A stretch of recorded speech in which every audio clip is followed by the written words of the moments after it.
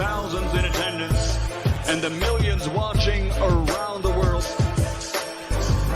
Ladies and gentlemen,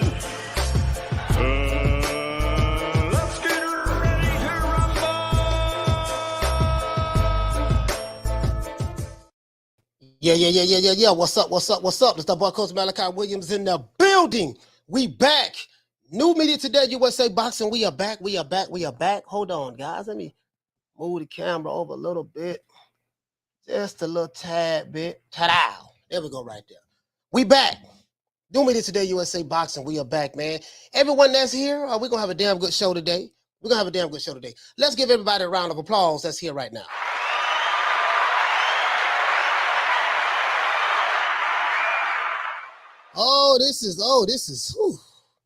I'm getting messages left and right. About this video I dropped an hour ago. The video I dropped an hour ago, a lot of people got a whole lot to say about it. They got a whole lot to say about it today. It's going to be a damn good show today. We are talking about the infamous C word. Shout out to my main man, Knockdown 305. He said, what the lick read, fam? The C, the third letter in the alphabet, it's something about this guy, and we talked about him yesterday as well. But this weekend is fight weekend. Canelo will be him and Dmitry Bivol. Dmitry Bivol will be fighting Canelo Alvarez. And, been hearing the same old stuff. Canelo is fighting Euro bombs. He don't fight nobody. Yada. It's the same thing. That sounds okay. Let's break this down. Today, we are going to break it down today. Today, my objective is to write down the list of all of the fighters that, and I dropped the video today talking about the fighters. I think a couple of callers called in yesterday, and they basically said that their gripes with Canelo was, oh, man, he don't fight the slick black fighters and stuff like that. One guy cornered him. I asked him to give me an example of what are the slick black fighters, because he brought up Roy Jones Jr. He don't fight fighters like Roy Jones. He'll stay away from them. So I said, well, sir, can you give me an example of any fighters that fight like Roy Jones that Canelo is staying away from? And he literally did not have an answer. So I said, well, can you give an example of any slick black fighter that you can think of right now that he's staying away from? I know. Whoever's calling in, we do not accept calls right now. We gotta have at least 200 likes. We have to have at least 200 likes. Once we get to 200 likes, we will be opening up phone lines. I do not take phone calls unless I have at least 200 likes. That's the price of admission. So another guy called, and that's what he said. So I say, sir, can you give me an example? And I think he said, like Floyd. Okay, I said, okay, cool. Is there any fighters that's fighting today that Canelo is ducking that's like Floyd? Because Floyd, I think that fight happened, 9 years ago. So, the 9 years ago, right, guys? When did that Floyd fight happen? 2013? When did that Canelo Floyd fight happen? 2013, right? Yeah, I think so. I think 2013. So, since 2013, and the argument is Canelo fights Euro bombs and he doesn't fight the slick black fighters. So I said, okay, all right, let's do this. This shouldn't be hard today. I don't know who's trying to call. You're wasting your time. If you're watching the show and you'll know that I'm not taking any calls. I don't take any calls. Whoever's calling from Chicago, Illinois, I am not taking any calls. We do not take calls unless we have 200 likes. Let's see. That was 2013, right? I think that was 2013. So anyway, make a long story short, since 2013, since Floyd, I want a list of the slick black fighters that Canelo that is refusing to fight today. And we're going to look at those slick black fighters and look at those slick black fighters' resumes. And I want to see if the Canelo doesn't fight slick black fighters argument it has validity. Because whoever names that you're going to give me, I want to look up those fighters. I know you're probably going to say Jermall Charlo. Okay, let's look and see if Jermall Charlo was a slick black fighter, like Floyd. And let's look at his resume. because we're going to look at that. You're probably going to say Demetrius Andrade. Okay, cool. Let's look at Demetrius Andrade in his resume and to make that comparison. Since Floyd Mayweather is not boxing anymore, that fight happened 9 years ago.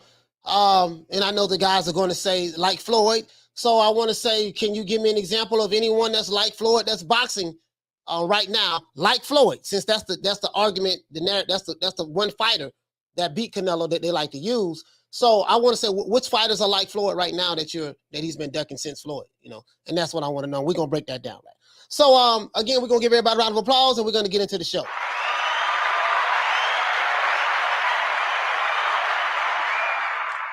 Is Canelo fighting another Eurobomb? We hear that a lot. He only fights Eurobombs. Okay, let's look at that. It might have some validity. I think Dmitry Bivol. I don't think Dmitry Bivol is from Europe though. I think he's from.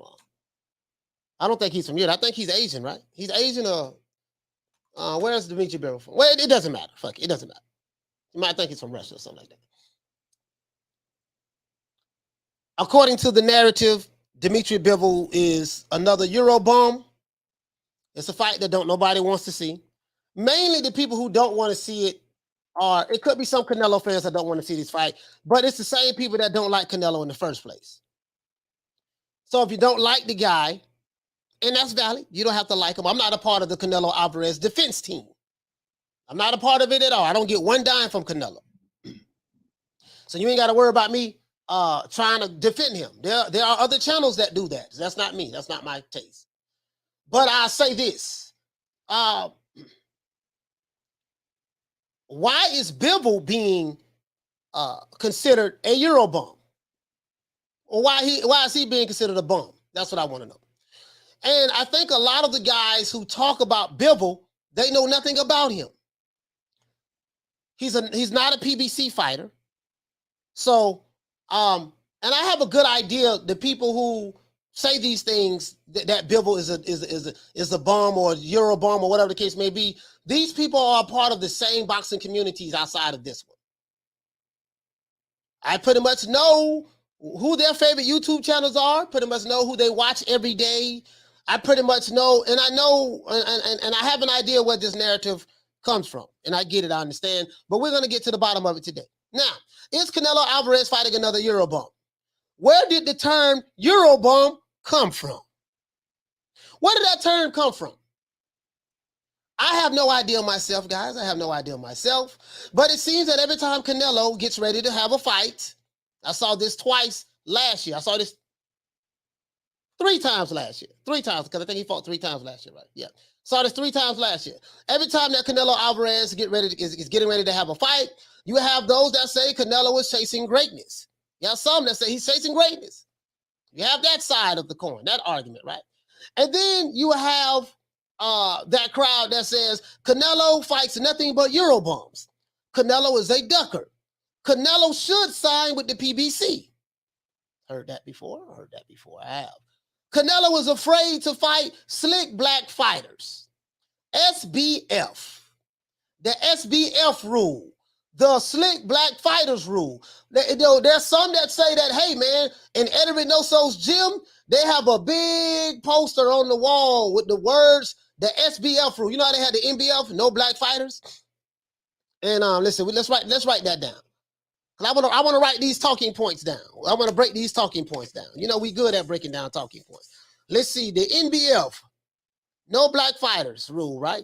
They heard that from this guy that was on Fred Barbershop Conversation that used to work for a top rank. He said they had that rule. NBF is no black fighters, right? Okay, cool. And then I'll come up with a term today. Y'all just hearing this today. You have the SBF rule. What is the SBF rule, guys? The slick black fighters. Because when I break down and say, okay, well, this guy, he fought this guy. This guy was a black fighter. Oh, I'm not talking about those types of black fighters. That black fighter ain't no threat. He's afraid of the slick black fighters. So we're going to go from NBF rule to no black fighters to be more specific, slick black fighters, which is the SBF rule. So let's look and see if there's an SBF rule that's valid, that the people who don't like Canelo, hate Canelo, or critics of Canelo say that they have, that he follows. Let's look at this and see, does it have any validity? And also let's look and see, do the slick black fighters that these guys are referring to, do they practice a SBF rule? Do they practice an NBF rule? And let's see, are there any double standards when it comes to this argument? Let's break that down, okay? Now, Canelo was afraid to fight slick black fighters, the SBF rule. Canelo is ducking Jermall Charlo, even though Jermall Charlo, I played a video yesterday where Jermall Charlo said, hey, man, I don't know where they get that from. Canelo ain't ducking me. Whoever said Canelo ducking me, that ain't true. That's a lie. This is what Jermall Charlo has said, but there are people who are saying that he ducked Jermall Charlo. Why he got franchised and he ducked him and he dropped his belt, and that's how Jermall Charlo got the belt. Okay, we gonna go down the yellow brick road on that as well. Let's see. He's ducked Dmitry Andrade. Okay, he's a slick black fighter. All right. He's ducking a guy that's not a slick black fighter named David Benavidez. Okay. He's ducking David Benavidez.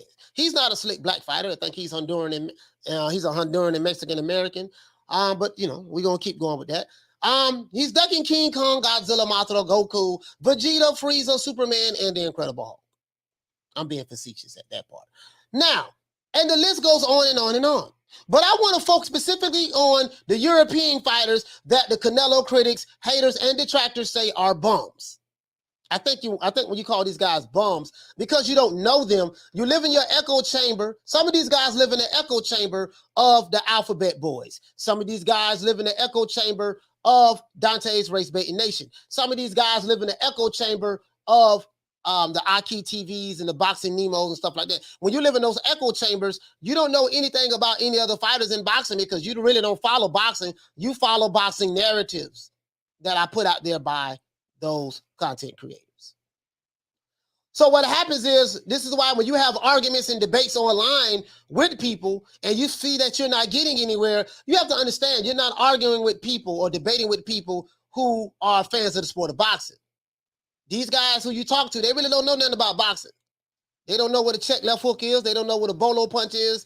They don't know, how to set feints up. They don't know the purposes of feints. They don't know what a pull counter is from the left or the right. They don't understand how to manipulate distance and range in order to throw punches in certain angles in order to catch a person from the blind side. When I mean blind side is, you're in front of a person, you make a person see one thing, you're manipulating the distance in the space. And how do you do that? You do that with footwork and timing. And so the person that's in front of you, he has a confused look on his face. He's trying to figure you out. What can he do that's going to work? And it's not working. Perfect example of what I'm saying is when Shakur Stevenson fought Oscar Valdez. Another perfect example is when Anthony Joshua fought Alexander Usyk. When you see the confused look on the guy's face, he doesn't understand what's going on. He knows he's getting hit, but he's trying to figure it out. And then if he does understand it, he knows that, hey, if I do this, he's overthinking. That means that the other guy is manipulating the distance and space and upsetting the other guy's rhythm with what timing. When you talk to these guys about this, they know nothing about this. All they know is my fighter was 50-0.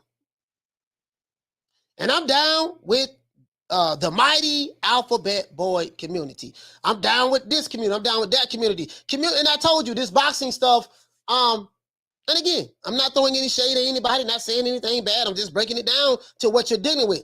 And again, you're dealing with people who really don't know. Again, there's a different dynamic going on as it relates to people who watch boxing.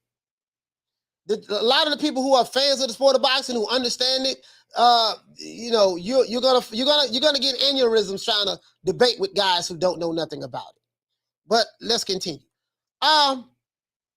I had a caller yesterday, guys, tell me that no one cares about Canelo becoming undisputed. I dropped that video today at 2 o'clock, a little over an hour ago. He said that no one cares about Canelo becoming undisputed at 168 pounds because he fought no-name fighters and bums along the way. What I've noticed is that a lot of the detractors, haters, and critics of Canelo pretty much all come from where? The same boxing communities. A lot of these critics, haters, and detractors are Floyd Mayweather loyalists. who will dismiss Canelo fighting anyone that's not a PBC fighter. So let's determine what's considered a bum by these guys' standards. I want to use their standards today. And I want them to call in because I want to learn from you guys. And you guys teach me a lot. I want to learn. If you're new to the channel, please subscribe, hit the like button. Let's look at what they consider to be a bum by their standards. I want to pull up the fighters that the Canelo haters want Canelo to fight. That's what we're going to do today. And let's see who have these fighters have fought. These slick black fighters, the NBF rule, the SBF rule. Let's look up these fighters and see do they have any validity. And how do we know if these fighters are as good as they say they are? We're going to look at those fighters' resumes. I'm pretty sure I will be able to point out the double standards and this Eurobomb logic. Very easy. This is going to be so easy for me to do. So the question that I want to ask you guys in the chat is this. Which community coined the phrase Eurobombs? I really don't know. I haven't been on YouTube that long. I've only been on YouTube for like going on 16 months. I haven't been on it that long. These other communities, they've been on YouTube for 7, 8, 9, 10 years. I'm the new guy that's on the block. Okay. Where did that phrase come from? What is, did it come from the Alphabet Boys? You guys know who I call the Alphabet Boys. Did that phrase come from them? Was it Dante's Race Baiting Nation that coined that phrase? I really don't know. Was it Boxing Nemo, better known as Boxing Ego? Was it our good brother, Aki TV? Or was it someone else? I really don't know. Are there any black, white, or Hispanic fighters that would fit this term, fighting Eurobombs? And let me repeat that. Are there any other black fighters, white fighters, or Hispanic fighters that would fit the term fighting Eurobombs outside of Canelo? Let's talk about this. It's going to be a damn good show here, boy. I can promise you that. Boy, I can promise you that this is going to be a damn good show. I got your tough ass today. I got your tough ass today. True, true, true. Yeah, I got your tough ass today. Let's do this. Let's talk, baby. Let's talk. Let's talk to the people. Let's talk to the people. Charles Stevens said Andre Ward made a career of fighting Eurobombs. Charles, let's pull up Andre Ward. Let's pull up Andre Ward. Let's pull that brother up. Andre Ward, box rec. Let's pull up Dre then. Okay, let's pull up Dre. Y'all say Andre Ward fought Eurobonds, right? A lot of these guys, they love Andre Ward. They love Andre Ward. So, let's see. All right, let's see. All right. Oh, so I don't pull up Andre Ward. Who else y'all want me to pull up? Let's pull up on Jermall Charlo. Jermall Charlo was that slick black fighter, right? He's that Jermall Charlo. Let's pull him up too. So we pulled up Andre Ward. My bad, dog. Hold on. We pulled up Andre Ward. Let's go over here. Y'all, who else y'all want me to pull up? We're gonna pull up Jermall Charlo, the slick black fighter Jermall Charlo. That Canelo was ducking. Canelo ducked him. So let's pull him up. The Hitman is what they call him, right? They call him the Hitman. So we got Andre Ward up. We got Jermall Charlo. Let's pull up. Who else y'all want me to pull up? Oh, Dmitry Andrade. The brother said Dmitry Andrade. Okay, I got you, fam. I got you, fam. Hold on, show. I got him, show. I get him, show. Hey, if you watch The Last Dragon, The Last Dragon came out in 1985. It was a movie produced by Barry Gordy of Motown Records. And, it was about, they had Vanity on there, and they had Bruce Leroy and Show Nuff. Show Nuff was my guy. So in the beginning of the movie, they show Nuff coming through the movie theater with his posse. Bruce Leroy sitting in the front, watching the movie, eating popcorn, thinking he's from China some goddamn well. Fake ass Bruce Lee. His name is Bruce, but so they call him Bruce Leroy. Oh my boy. But anyways, that's neither here nor there. So when Show Enough comes into the movie theater, he says that, am I the meanest? Show Enough, am I the prettiest? Show Enough, am I the toughest mofo low down around this town? Show Enough, well, who am I? Show Enough, who am I? Show Enough, I can't hear you. Show Enough, yeah, the Shogun of Harlem. You see what I'm saying? And so he did his introduction, and then he said, and then there was a kid had to be about 10 years old. He said, Bruce Leroy kicked your behind.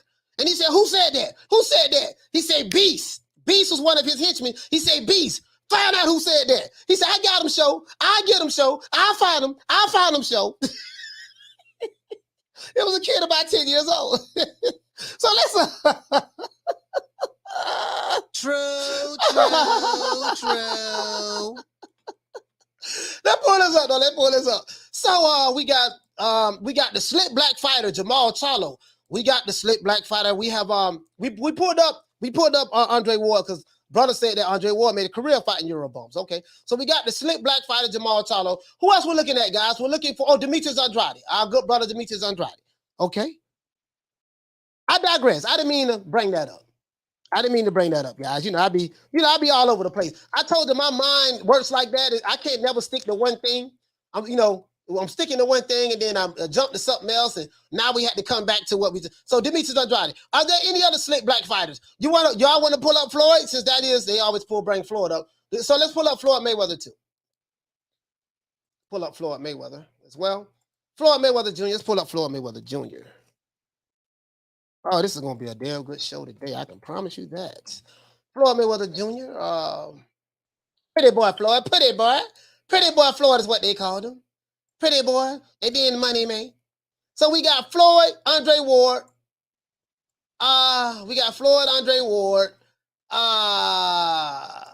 Jermall Charlo, and Dmitry Andrade. Are there any other slick back fighters y'all want me to pull up? Any of them? Oh, Daniel Jacobs. Daniel Jacobs.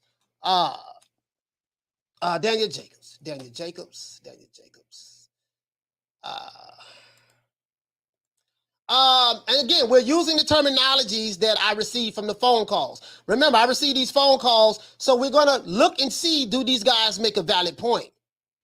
This is what they say. I have the receipts. I played it yesterday. Well, I played it today, rather. I played one yesterday and today. Remember the brother that called in? He was 62 years old. I think he was from Iowa, Des Moines, Iowa. He said that, hey, man, Canelo, stay away from, he doesn't fight the slick black fighters. That's what he said. So this is not me bringing this up. This is me addressing what the callers call in to say, to just see, do they have a valid point? So let's see. So we got Floyd Mayweather. Let's see. Who else I said I was going to look? Oh, yeah, Daniel Jacobs. Let's look up Daniel Jacobs, the Magic Man. And let's see, do any of these other fighters fight Eurobombs as well? We got to be transparent across the board, right? Daniel Jacobs, the Magic Man. Okay, all right. The Miracle Man. Sorry about that. I said the Magic Man. It's the Miracle Man. I said the Magic Man. All right, we had that. Is there anybody else you guys want me to pull up? Anybody? Please talk to me.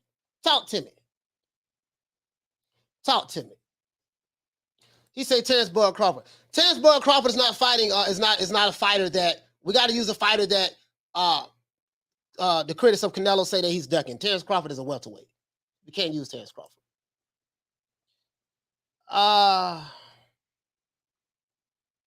He said James Lights Out Tony. No. The context is the fighters that Canelo Alvarez is ducking. Let's put it in context. The fighters that Canelo Alvarez is currently ducking or may have ducked, we're talking about that. He hasn't ducked James Lights Out Tony. He's not fighting a welterweight Terrence Crawford. So we can't bring those guys up. Shout out to Mr. Calderon. Hey, okay. Dropping that quarter of a bam dub on your boy. Hey, Leroy. Super chat received. Playtime's over, boy. He says 160 to 165. Yeah, 160 to 165. 160, 160 pounds to 175. Sorry about that. 170, a middleweight to light heavyweight. Are there any slick black fighters or black fighters or anyone that, because this is these guys' argument, so I want to bring that up. And let's look and see, is Dmitry Bivol a Eurobomb? We're gonna pull receipts today. Let's pull receipts today. Let's pull receipts today. Let's pull receipts today. This guy said nobody brought up Daniel Jacobs. Somebody did bring up Daniel Jacobs. You have to, let me see. Do I have this on subscriber only mode? I think I have this on subscriber only mode. I think I have this on subscriber only mode. Yeah. This guy right here is a detractor. Sir, you had to subscribe to come over here. So that means that you like Coach Malachi Williams so much that you subscribe to come on to my channel. I appreciate it. I really do. You're free to stay. But just like you have free will to come over here, you probably come from one of those other channels. You have free will to leave. You can leave anytime, sir. I promise you we will not miss you. Will not miss you, sir. Okay? Just remember that. And I'm being nice today. I promise you I'm being nice today. Shout out to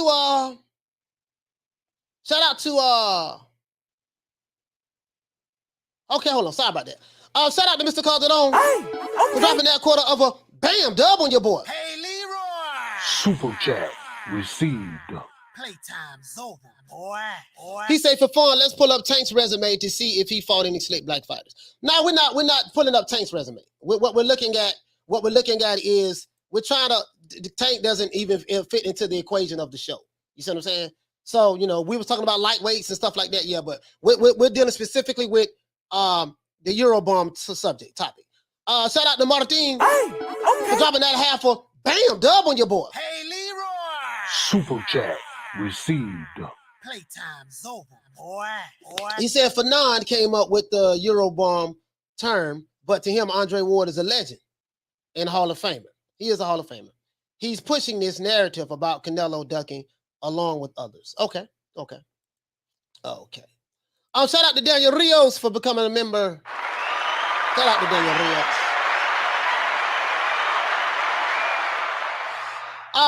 Shout out to Stockton, California. For dropping that quarter of a bam dub on your boy. Hey, Leroy! Super chat received. Playtime's over, boy. He said Andrade gets hit a lot. Gets hit a lot. He ain't that slick, and he got dropped by a C-level fighter. Also, Charlo ain't slick at all. Charlo already turned down Canelo. Yeah, I'm not even going down that path. All right, so let's write this down. So let's deal with this one subject matter at a time. Okay, so who came up with the term Eurobombs?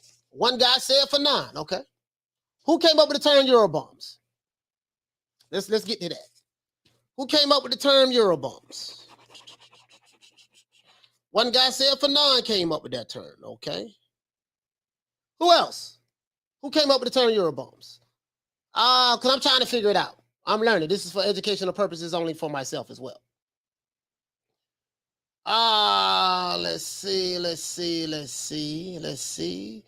Shout out to the Queen Bless 365 in the building. Who came up with that term? Guys, a lot of you guys been on YouTube for years. So who came up with that term? Oh, the brother say champ side. Okay, champ side. Press 1. Okay, good brother, champ side. That brother said champ side came up with that term. Okay. John, the Boxing Nation, he said it was the whole Alphabet Boy community. So did the entire LDBC. So LDBC came up with the term Eurobombs, better known as Alphabet Boys. I came up with that term, Alphabet Boys. That came from me.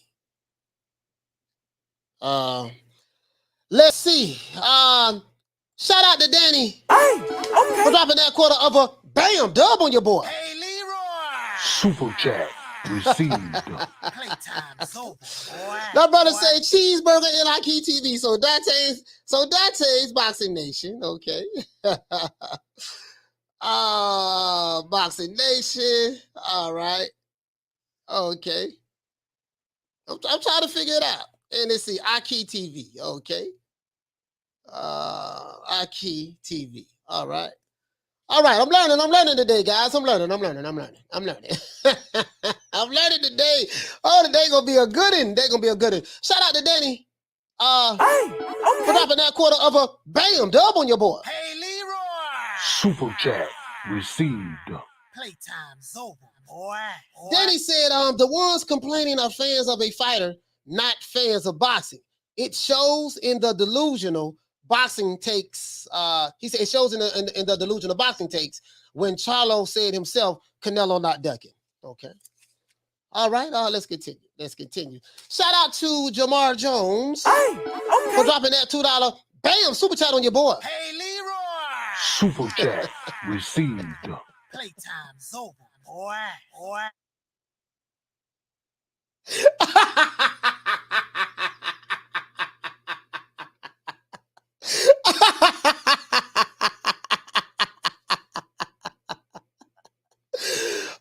Jermall Jones says, why you always defend Canelo? He avoiding our fighters. Jermall Jones, when you say our fighters, are you insinuating that you are black, sir? That's one. And two, if you did not hear the show, I specifically said I am not a part of the Canelo defense team. I said you have other channels that specialize in doing that. I said let's look and see, do guys like yourself who said that Canelo is avoiding NBF, no black fighters, he's avoiding slick black fighters. I specifically said, and let me break it down to you because I think you're kind of slow. I manipulated that we are going to see if people like yourself, Jermall, who says that Canelo ducks slick black fighters, I want to look at your position and see if you have some validity. I have to talk to you like this because it's obvious, Jermall.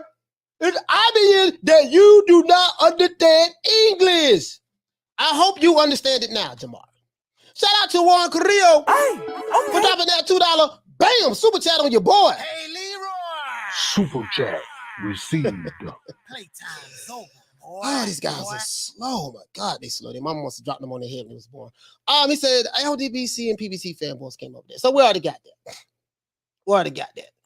Shout out to Stockton, California. For dropping that $2 bam super chat on your board. Hey, Leroy. Super chat received. Shout out to the Queen Misfit. Shout out to the Queen Misfit in the building. He say Fanon is a Bell version of John Singleton.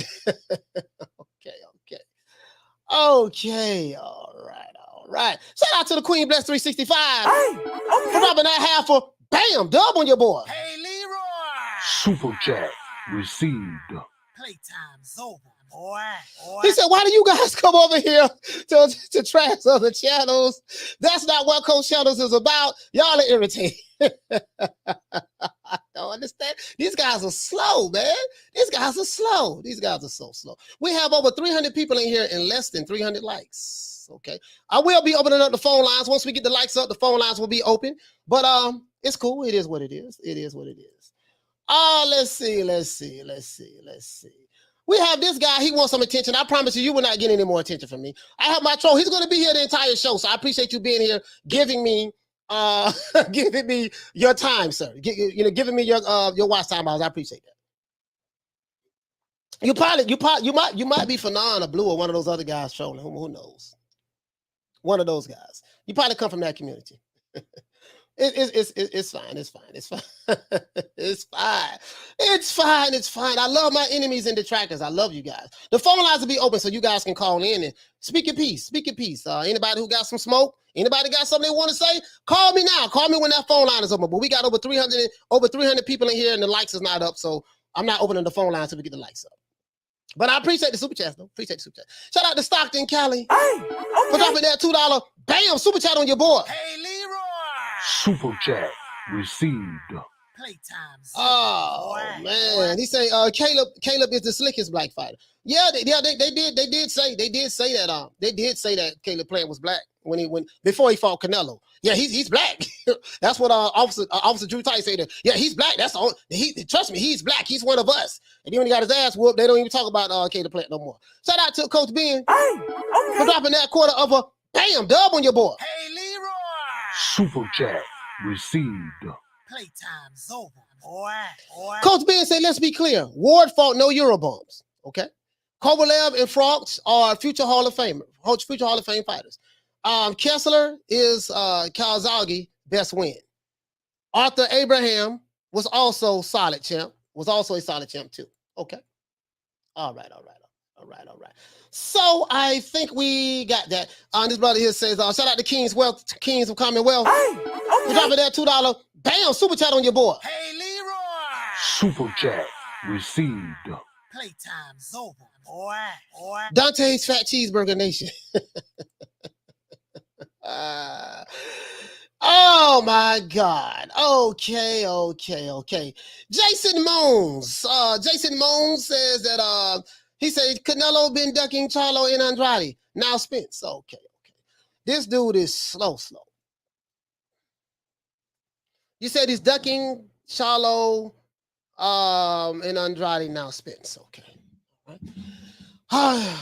I would address that, but I think I addressed that yesterday. His brother, he just wanted attention. Jason Mones wanted attention. Oh, shout out to DeMartin for dropping that $2. Bam, super chat on your boy. Hey, Leroy. Super chat received. Playtime's over, boy. He said, do you understand the words that are coming out of my mouth? True. I really don't think they do. Okay, now, so we got a list of fighters. So let's go on to the next question. So we got a list of names who came up with Eurobombs. You guys said for non-temp side, the entire Alphabet Boy community, the LDBC, Dante's Race Baiting Nation, and Aki TV. So these, oh yeah, and I think you said, you guys said Boxing Nemo. Okay. So thank you guys. You guys have helped educated me. These are the people who coined that phrase. Okay. I didn't know. Just learning. Shout out to Jaime Rivera for dropping that quarter of a bam dub on your boy. Hey, Leroy. Super chat received. Playtime's over, boy. Jaime says, I think Ward is jealous of Canelo. Canelo is running boxing and Ward never did that. And Canelo has a better resume. Okay. Shout out to No Pico for dropping that $2. Bam, super chat on your boy. Hey, Leroy. Super chat received. Playtime's over, boy. He said, we just want the fights, coach. No emotion. Yes, sir. Juan says, how can I send you money, coach? You can send me money through the super chat. There's a $sign that's in the chat. That's at the bottom of the video that you're watching. You can send it that way. Or you can send me a Cash App right here, my brother, at Cash App right here on the bottom of the screen right here. Cash App right there. New me a $sign, New me today USA. You can send me something via Cash App or send me a super chat by clicking the $sign. Let's get into the resumes, guys. So let's look at this first guy.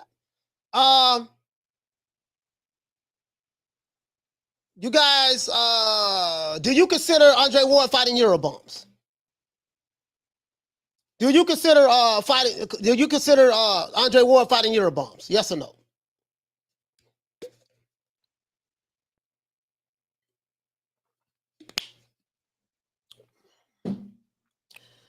Anybody.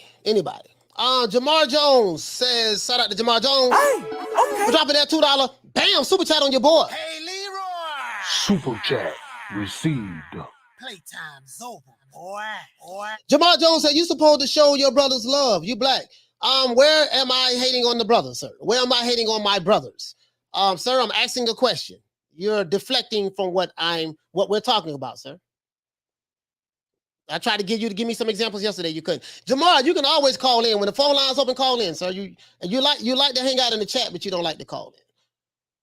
All right, Wolf says no cap. Let's see. PBC fanboy said yes. Alex says yes. Daryl says no. Okay. Alberto says yes. Coach Ben says no. Dream says yes. Another guy says no, yes. We got a whole lot of yeses when it comes to Andre Ward One guy says, hell no. Charles Stevens says yes. Let's see. Damn. Shout out to Big Zan for dropping that quarter of a bam dub on your boy. Hey, Leroy. Super chat received.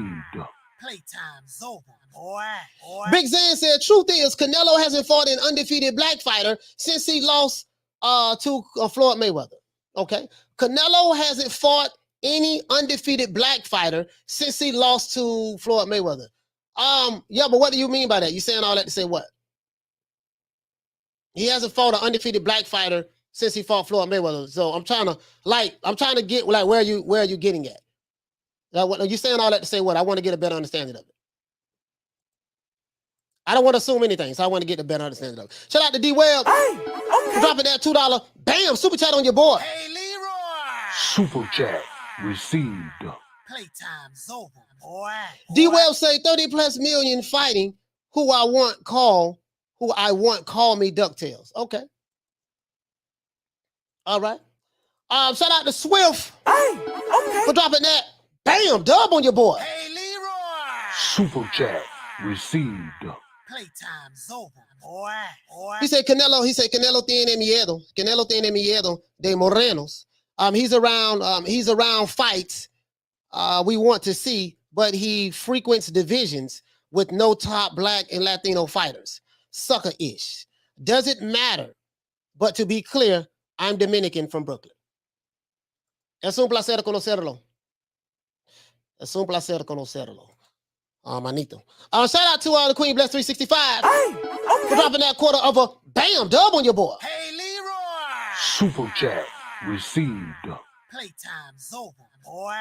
Bless say boxing, please. Y'all doing the most today. Sit your $2 ass down. Hey, Bless say sit your $2 ass down before we make change. I got damn Bless, man. Bless is doing too damn much, boy. Sit your $5 ass down before I make change. All right. Okay, let's stick to it though. So now, some of you guys are saying yes. So let's look and see. Andre Ward. Let's pull up Andre Ward resume. Pull up Andre Ward. We're gonna make this quick. I promise you this won't be long. This is gonna be a fast show today.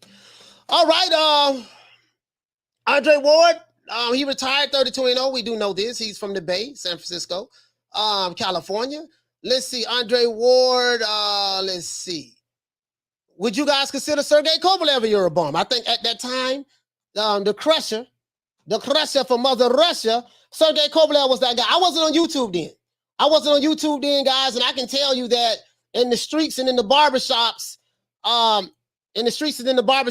we didn't look at Sergey Kovalev as a Eurobomb. Sergey Kovalev was that guy in the light heavyweight division when he was known as the Crusher. So we didn't look at him as a Eurobomb. Just letting you know, I'm saying in the streets, right, in Florida and stuff like that, in Miami and Orlando, and just different spots I lived at throughout the state, throughout the Gunshine State, stuff like that. We didn't look at him as a Eurobomb. But I guess people are saying, do you consider Sergey Kovalev as a Eurobomb? Let's continue. Let's see. Andre Ward fought Alexander Brand. He was from Colombia. Do you guys look at Alexander Brand as a European, as a Eurobomb? Whether he's from Europe or not is irrelevant. This rule applies to anyone that may be non-black. So we're just going to roll with that for now. Do you consider this guy as a Eurobomb? Okay, let's continue. Let's close that. Barrera Sullivan Barrera. All right, Sullivan Barrera. I think Sullivan Barrera is from Cuba. He fought this guy. I don't think no one would consider Sullivan Barrera a Eurobomb. So we're going to move him out the way. And he's black. He's a brother from Cuba. Okay. Let's see. Paul Smith. Let's look at Paul Smith, guys. Paul Smith. Would you consider Paul Smith a Eurobomb? This is who Andre Ward fought. Would you consider him a Eurobomb? Just asking, guys. Just asking. I'm trying to learn today, guys. I'm trying to learn today. Shout out to Juan Carrillo for dropping that quarter of a bam dub on your boy. Hey, Leroy. Super chat received. Playtime's over, boy. Juan says over 350 watching. We have over 400 watching now. He said with less than 150 likes, must be mostly the LDBC GQ fanboys, same people that stream their favorite fighter and don't pay for pay-per-views. They hate me so much, but they be up here every day. Oh my God. You know what they say, boy, if you ain't got no haters, you ain't doing nothing. If you ain't got no haters, you ain't doing it. I like to say a shout out to all of those YouTube channels who watch me, who hate my guts. Hey man, how y'all doing, man? Hey man, I'm you know the old boy doing this thing over here, man. I'm doing my thing over here, man. It is what it is. You know, I make your subscribers come watch me. I make your subscribers subscribe to my channel and come watch me and help me grow. That's what I do. I'm the master of that shit, and that's why they're here now. Let's see. Come to your trap and take over your trap. That's what we do. We come to your trap and take over the trap. Shout out to Danny for dropping that quarter of a bam dub on your boy. Hey, Leroy. Super chat received. Playtime's over, boy. He said, I can't fathom how insecure you must be to fall so far down into the rabbit hole of thinking race defines skills only in America. Bro, this is hey man, I ain't saying nothing about race, Danny, but I know what you're saying, my brother. I know exactly what you're saying, my brother. But let's continue though. Would this brother be considered a Eurobomb? Paul Smith. That's who Andre Ward fought. Let's continue. Edwin Rodriguez. Let's see. 31-2. He's another brother. This is a brother right here. I think he's Dominican. Él es dominicano. Yo lo creo. Yep, Dominican, la República Dominica. Él es de para allá. You know what I mean? Mi mamá, ella nació para allá también. You know, mi mamá is de Santo Domingo. All right, so that okay, I don't think they will see. Chad Dawson. We know Chad Dawson is a brother. We know that. This year, and then Andre Ward fought in the Super 6 series. Andre Ward fought in the Super 6 series too, man. So, me personally, I don't consider Andre Ward fighting Eurobombs. Carl Froch. Do you guys look at Carl Froch as a Eurobomb? He's from the UK, and they normally give he was a champion, so they normally give these guys from Europe that are white Eurobomb titles and stuff like that. So do you consider Carl Froch as a Eurobomb? Andre Ward fought him as well. Okay. Let's see. Andre Ward fought him as well.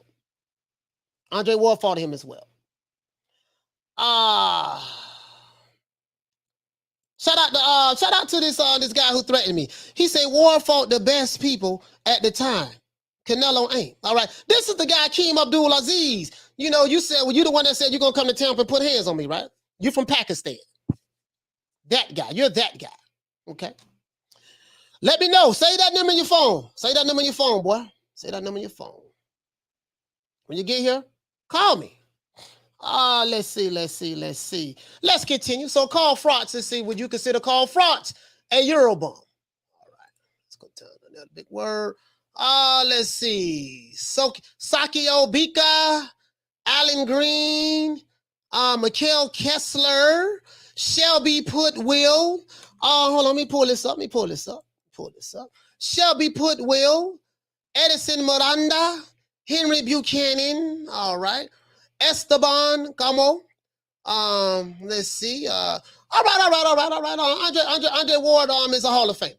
He's a Hall of Famer. I think we can agree with that. Now let's see. Pretty Boy Floyd. Now this is the guy, Pretty Boy Floyd, TBE. Like I said before, I have a plethora of fighters over here with Mayweather Promotions in the PPC that Tank Davis can fight. We're like one big happy family. I don't believe in making another promoter rich. My brother, Floyd Mayweather, but I used to love Floyd Mayweather now. You know, a lot of you guys became fans of Floyd when he became money made.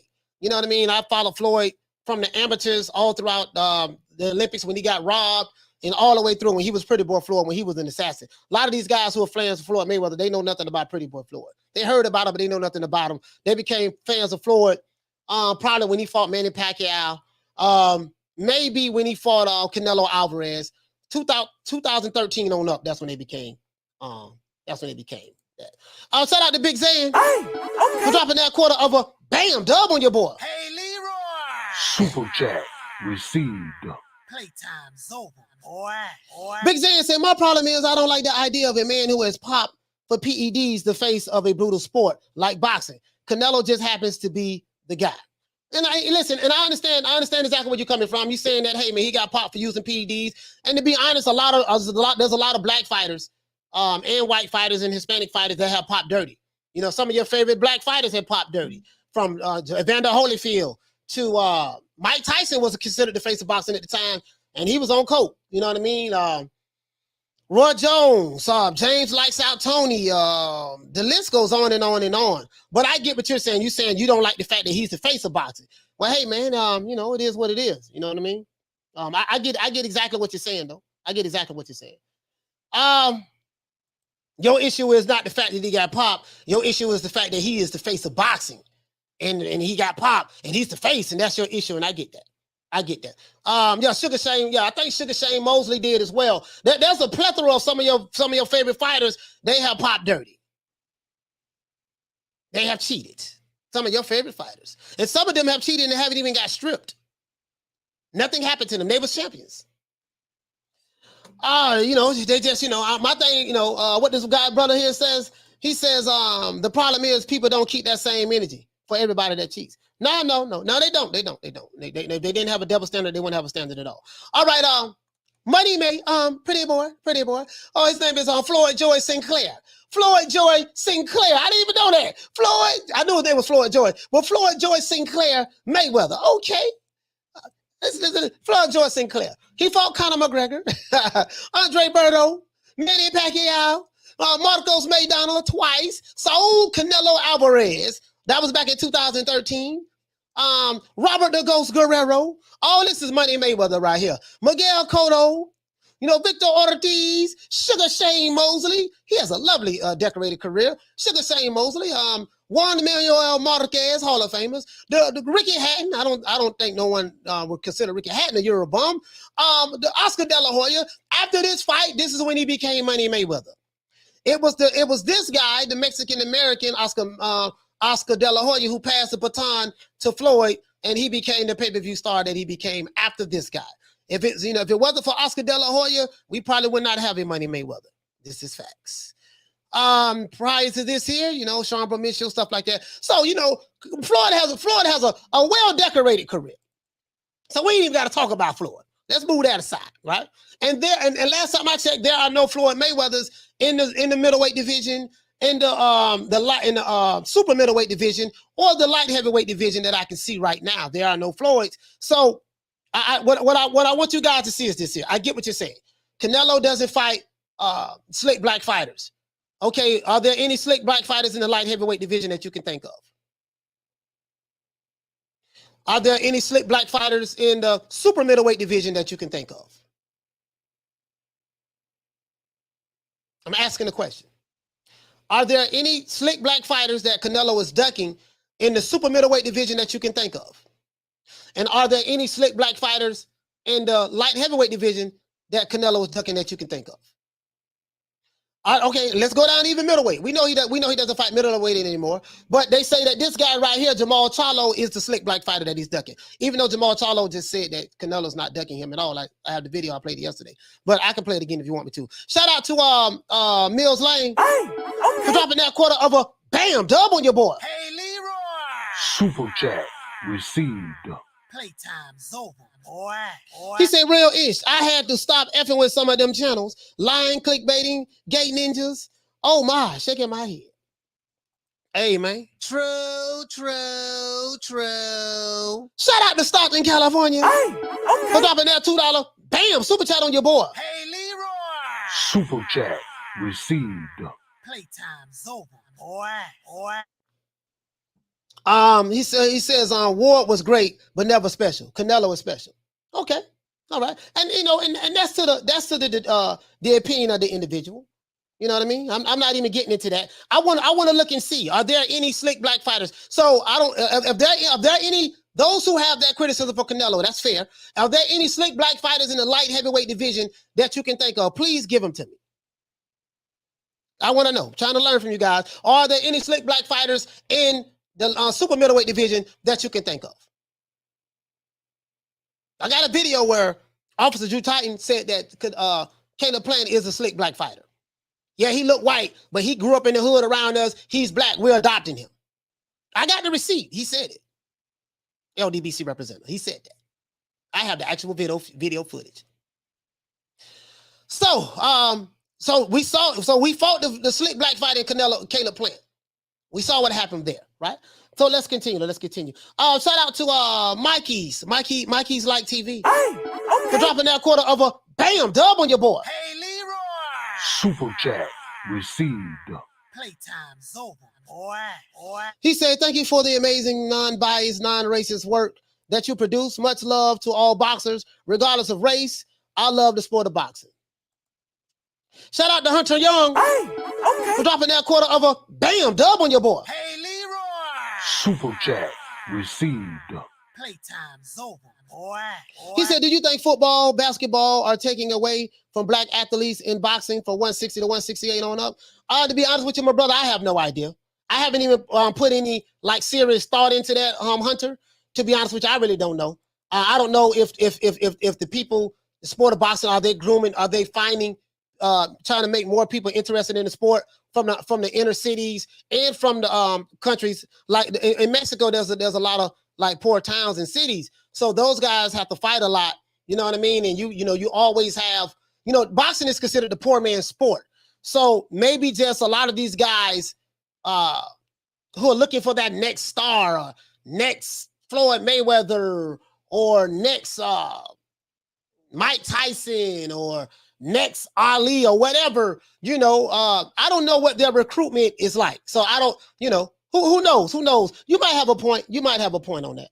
Bro. You might have a point on that. He said 300 likes to open up the phone lines. Let's go. Let's see. Damn, we got 283 likes. We need 17 more likes. So let's 17 more likes. I'm going to open up these phone lines. I want to talk to the people, for the people, by the people, other people. Let's see. Jermall Charlo. So let's see. Jermall Charlo is the slick black fighter, right? This is the guy who they say to Canelo is ducking. So let's see. How many slick black fighters? Let me ask you guys a question. Jermall Charlo was a slick black fighter from what I've been hearing. How many slick black fighters have Jermall Charlo fought since he's been in the middleweight division? Can you give me a list of slick black fighters that's in the middleweight division that you can think of right now? Or when Canelo was in the middleweight division? Is Jermall Charlo one of them? If you say Jermall Charlo, let's do this. You say Jermall Charlo, right? All right, let's look at Jermall Charlo. All right, a lot of people say that Jermall Charlo's greatest win was against J-Rock. This fight happened in 2016. He fought J-Rock in 2016, knocked him out in the 5th round.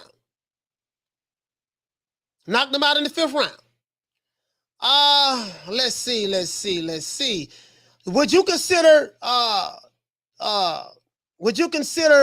Jermall Charlo having a resume full of Eurobombs? Would anyone consider Jermall Charlo having a resume full of Eurobombs?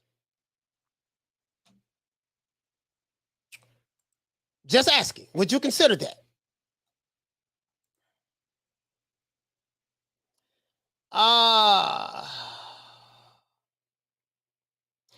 Let's see. Jawan says Trout, J-Rock, Adams, but that was at 154. Okay, yeah. So at 154, our brother Jermall Charlo fought Austin Trout, J-Rock, and you say Adams. I think he fought Adams at 160, fam. I think he fought Adams at 160. Bro, I can go through all of these names, fam. I can go through all of these names, and trust me, I already have. But he fought Austin Trout at 154. He fought Juan Williams at J-Rock Williams at 154. This is Jermall Charlo, right? Jorge Sebastian, since he's been in the middleweight division. Do you guys look at Jorge Highland Sebastian? Do you look at him as a Eurobomb? The slick black fighter, Jermall Charlo. Do you look at the slick black fighter, Jermall Charlo, fighting this guy being a Eurobomb? Shout out to Big Zan for dropping that quarter of a bam dub on your boy. Hey, Leroy. Super chat received. Playtime's over, boy. Big Zan says in the fights he had to unify, they all have next to no punching power. Enter Bivol 19 wins, 11 KOs. Do you see a pattern? Power is the problem. Okay, cool. All right, so let's look at this. I'm glad you brought that up.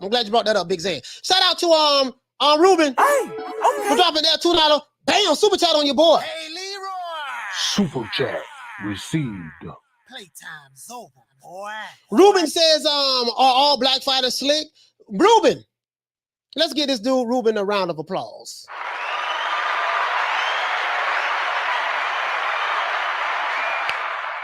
The answer to that, Ruben, is no. That's the answer to that. No. That's a damn good question, though. So, would you consider this guy a Eurobomb? This is who Jermall Charlo fought. This was the first fight he had since he went to the middleweight division. Let's continue. Hugo Centeno Jr., big bad Hugo Centeno Jr. Would you consider, because we're going to look at the fighters who they say that's fighting Eurobomb. Okay, Canelo's fighting Eurobomb. We're going to pull up Canelo. Because I want to see, do these guys have a valid point? Let's continue. Hugo Centeno Jr. Would you consider this guy a Eurobomb? This is who Jermall Charlo had a fight with. It was his second fight in the middleweight division. What do you think about this guy? Do you consider him a Eurobomb? And then when we get into his resume, that's a whole nother story. Just asking, guys, just asking. And Hugo Centeno Jr., he's been doing his thing since then. But let's move on. Let's see. Big bad Matt Korobov. Where is he from? Shit. Surely I know he's African American, right? Oh no, okay, but Korobov, it looks white to me. He's from Russia. All right, he's from Russia, same place as I think Sergey Kovalev's from Russia as well. And let's see. And then, and I'm not gonna lie, I saw this fight. I thought this guy actually won. I thought Korobov actually won. Would you consider Korobov a Eurobomb, guys? Would you consider Matt Korobov a Eurobomb? Just asking, guys. Okay, let's move on to the next guy. Big bad Brandon Adams. Brandon Adams moved up from 154 to fight Jermall Charlo at 160 in the middleweight division. He's currently inactive, and I think he went 12 rounds with this guy. This guy moved up in weight to fight Jermall Charlo, and Jermall went 12 rounds with him. He beat him on unanimous decision. That's a brother right there. I think he's a slick black fighter. Okay, so if we're going to say Brandon Adams, maybe that's one slick black fighter that Jermall Charlo, one of y'all want to call him that. Let's look at big bad Dennis Hogan. Surely Dennis Hogan ain't no Eurobomb. He has to be one of the best of the best, right? Let's see. Dennis Hogan, let's see. God damn, was he an undefeated champion? No. He wasn't a champion. Big bad Dennis Hogan, where is he from? Oh, he's from Ireland. 5'8", 68.5-inch arm reach. He's a lot smaller than Jermall Charlo. Big bad Dennis Hogan. Okay, let's see. Oh, goddamn. Jermall got him out of there in the 7th round. Would you consider him a Eurobomb? Let's continue. Sergey Derenchenko. I know he a black dude, slick black fighter. No, he ain't white. Let's see. Sergey Derenchenko, 13 wins, 4 losses. Oh, goddamn, he white. Where is he from? Oh, he's from the Ukraine. Would that be considered a Eurobomb as well? 5'9", 67.5-inch arm reach. Oh, he has short arms. Okay, let's see. Would you consider him a Eurobomb? And he got 4 losses. He don't lost 3 fights in a row. Right there, he's coming off 3 L's in a row. L, and L. Okay, all right, let's see. Damn, boy. Would that be considered a Eurobomb? Let's see. Oh, Big Bad Juan Montiel. Let's see what Big Bad Juan Montiel did. Oh, shit. Well, I'll be real good from now on, Mr. Case. Let's see what we got. Juan Montiel Montiel. Let's see our good brother. Where's he from? He's from Mexico. He's see. He's from Mexico. All right. He went 12 rounds with this guy. All right. So we're going to give him props for fighting Juan Montiel. I don't know. I never heard of this guy before, and I think a lot of people never heard of this guy. He has 5 losses. But what do you consider this guy as? Let's continue. And now he's fighting. Who else he's fighting right now? Jermall Charlo, the hitman is what they call him. That brother is fighting, what is his name? Maciej Sulecki. Where is he from? Oh, he's from Poland. Oh, goddamn, he's from Poland. Shit. All right, goddamn, he's from Poland. He's fighting the hitman in Houston, Texas. Coming up, not coming up in June. All right, would you consider that guy a Eurobomb?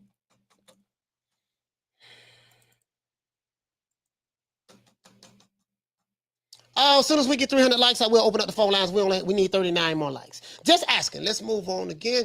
All right, so we just looked at our main man, the hitman. Let's go over here. Demetrius Andrade. Let's look at Demetrius Andrade, guys. Let's look at Demetrius Andrade.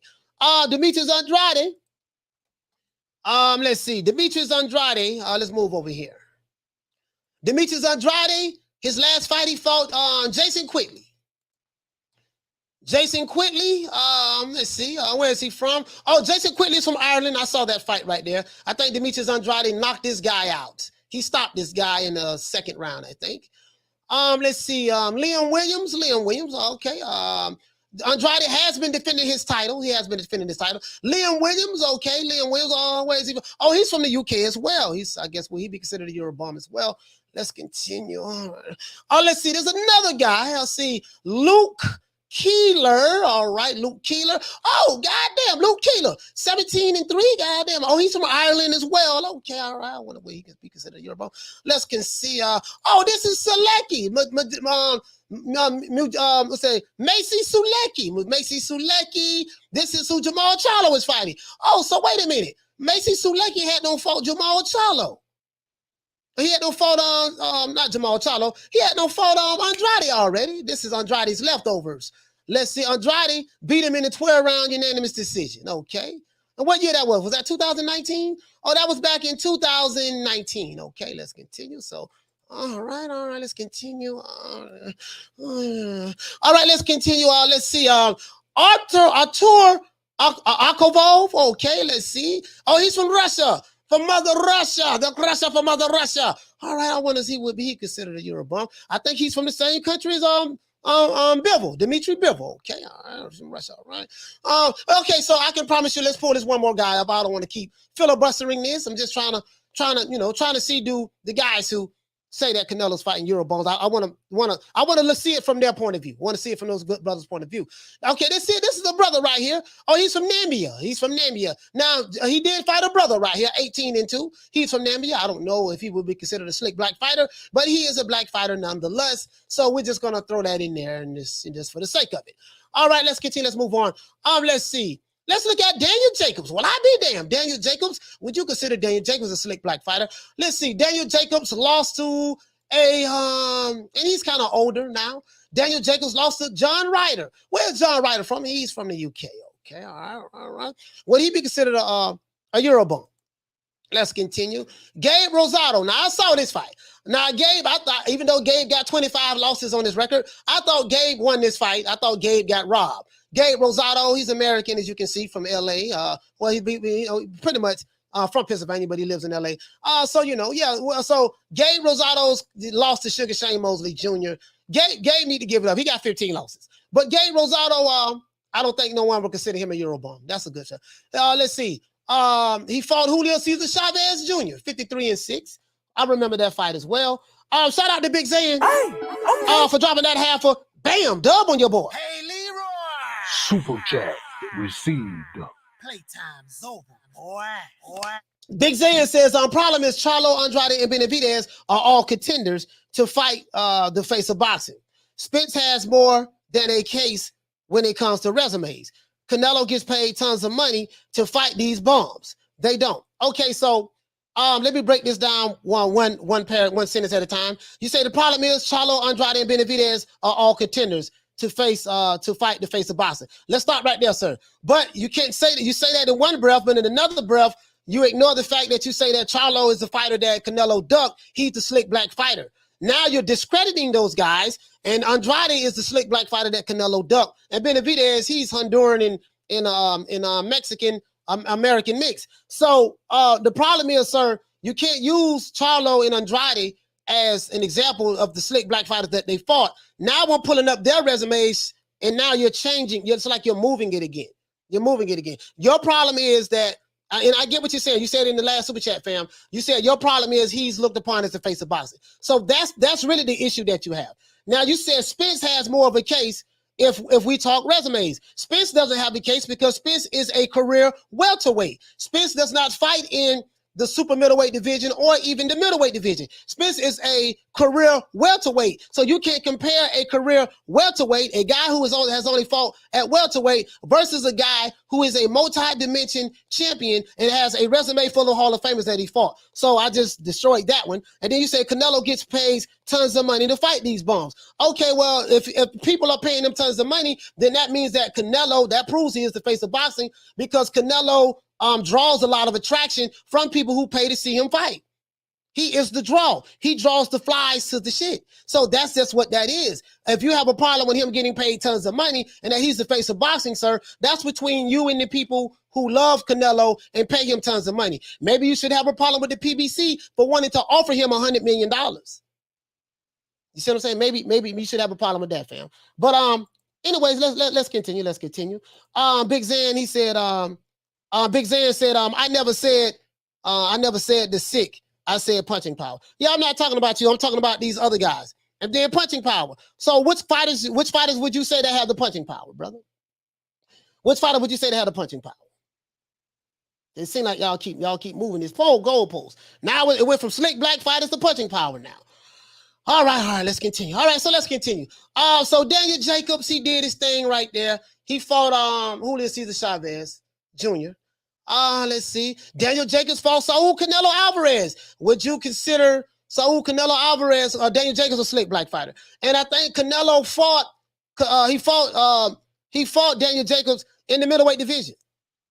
When Daniel Jacobs was a middleweight, I think you had Canelo, Jermall Charlo, Dmitry Andrade, Daniel Jacobs. I think those was the 4 top fighters, and Triple G was the top guy. He was the top guy at that time. It was Triple G. Triple G was the top guy.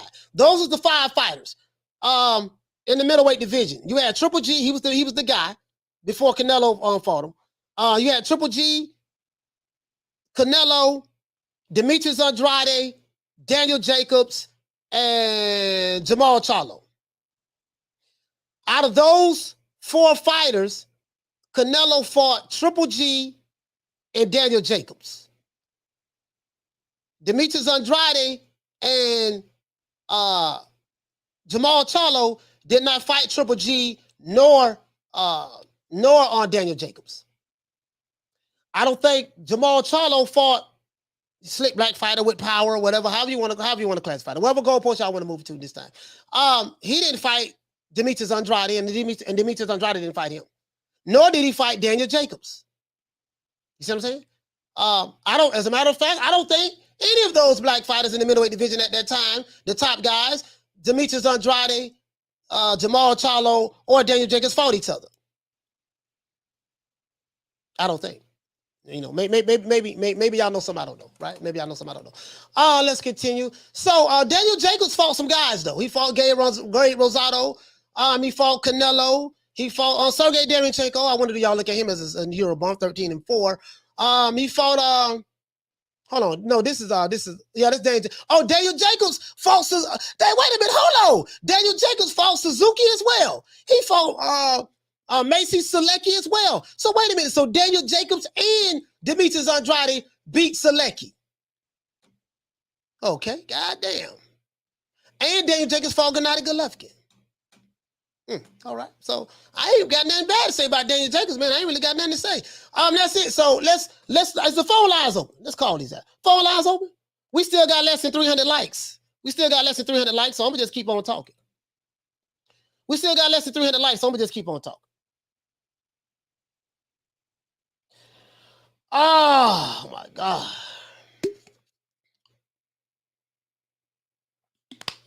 As a matter of fact, let's pull up Canelo. He got a resume. He's fight Euro bombs. Okay. He fight Euro bombs. Let's pull up Saul Canelo Alvarez. Let's pull this guy out. Maybe these guys have a valid point. Maybe Canelo is afraid of the slick black fighters, no black fighters, whatever black fighters you want to categorize, with power, without power, however you want to word it today. Right? Let's look and see. This kid right here is from Mexico, 31 years old. Él tiene 31 años. Okay? Let's see. He's fighting Dmitry Bivol. Let's pull up Dmitry Bivol as well. Let's pull up Dmitry Bivol, guys. He's fighting Dmitry Bivol. The word on the street is this guy is a Eurobum. He's an undefeated champion. He's a Eurobum. Let's see right here. Let's pull up Vanilla Ice. My guy, my man, Caleb Plant. Caleb Plant was adopted by the Alphabet Boys community, and they said that he was black. I have the video. I have the receipts. I have the proof. All right, Caleb Plant. Sweet hands is what they called him, right? Is he considered a Eurobum? I don't know. They don't talk about him anymore. I don't hear nothing about Caleb Plant anymore nowadays. Billy Joe Saunders. Oh, hey ho, Billy Joe. They said that this guy was a Eurobum as well. Abney Yildirim. Oh, everybody hated Abney Yildirim. He cherry picking. Canelo was cherry picking. See, what I don't like about Canelo is Canelo always be cherry picking, and he like to pick and choose who we fight. He don't fight the best. See, Floyd never picked and choose. Floyd always fought the best, and other guys and something yada yada yada yada. And Floyd has a spectacular resume. I don't like the fact that Canelo is always picking and choosing. The greats don't do that. But when you are put in a certain position, he should be he's able to, like me. You know, when I was in a position, I can pick and choose who I want to, because I earned that right. Oh, I'm sorry about that. I'm sorry. I didn't mean to hit that guy. My bad. Billy Joe Saunders, and then he fought Abney Yildirim. God damn, ain't nobody like Abney Yildirim. Man, ain't nobody like this dude. Nobody like this Yildirim. I ain't gonna lie, I didn't like it either. I didn't like it either. Then he fought Callum Smith. Oh, I guess that was a Eurobomb as well. And then he fought Sergey Kovalev. He was old and he's a Eurobomb. The only problem with that Sergey Kovalev being an old and a Eurobomb is this. Old, yes. Did Canelo pull rank on Sergey Kovalev? Yes, he did. Not gonna lie. Sergey was coming off a war. But the only problem I have with Sergey being a Eurobomb that Canelo fought is when Andre Ward fought him, he wasn't considered a Eurobomb when Andre Ward fought him. Now, I got the counter argument to that. Yeah, but when Andre Ward fought him, he was in his prime. When Canelo fought him, he was over the hill. That is true. That's a valid point. True. That is true. That is true. When Canelo fought him, you know, he just came off a fight 2.5 months ago, and he was old. That is true. Let's see. Canelo fought Daniel Jacobs, slick black fighter at the time, but I think he was in his prime, right? Canelo fought Rocky Fielding. Ain't nobody like that, right? Everybody like the Rocky Fielding fight. But I think he was a champion at the time. He fought Gennady Golovkin. He was the man in the middleweight division. I don't think no one is looking at Gennady Golovkin as a Eurobomb. But I think a lot of people say that Gennady Golovkin have fought nothing but bombs as well. Okay. Let's see. Julio Cesar Chavez. He fought Liam Smith. All right. I wonder, did they call him a Eurobomb? He fought Amir Khan. He fought Amir Khan at a 155. I think catch weight. Okay. He fought Miguel Cotto. He fought James Kirkland, big bad James Kirkland. He fought Eris Landy Lara. You know, some people say Lara beat Canelo. That's what they say. He fought Alfredo Angulo. All right. He fought Pretty Boy Floyd, Money May. Like I said before, he fought Money May. He fought Money May right there. Canelo Alvarez. He fought Money May. You see what I'm saying? Now we're gonna stop right there. And Austin Trout and Josecito Lopez and Sugar Shane Mosley. We're going to stop right there. Because they say from this point, this guy here, you know, they say he the TBE, the best that ever did it and get away with it. Yada, yada, yada, yada, yada. You know, this is the point of reference. He ain't been there since Floyd beat him. Okay, so let's look and see who he fought after Floyd. He fought Alfredo Angulo, all right, Canelo. He fought Eris Landy Lara, okay.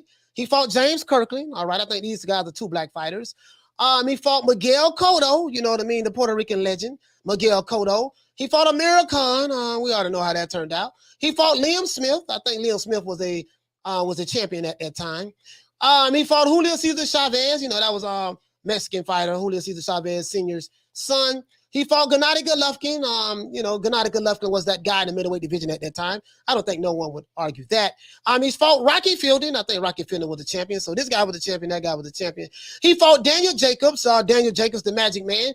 Daniel Jacobs, he had trouble getting other black fighters in the ring to fight him as well. Jermall Charlo wouldn't even fight Daniel Jacobs, but Canelo did. Andrade and Daniel Jacobs didn't fight each other. I wonder why those three black fighters, when they was in the middleweight division, didn't fight each other. I have no idea. He fought Sergey Kovalev. Now we went over this. Sergey Kovalev was old, and you know he was coming off he had a fight he came off a war with Barrera, I think at that time, and not with Barrera, but the kid from London. He came off a war with the kid from London. I forgot his name. And Canelo, you know, he fought him. So we know how that turned out. He fought Callum Smith. You know what I mean? Some of these guys are champions that he fought. He fought Abney Yildirim. Yildirim was a mandatory. He fought Billy Joe Saunders. They say Billy Joe Saunders is a Eurobomb, but he was an undefeated champion. He fought Caleb Plant. Caleb Plant was black until he all the way up until he got lost to Canelo. Then the Alphabet Boys kicked him out. Now he's not black anymore.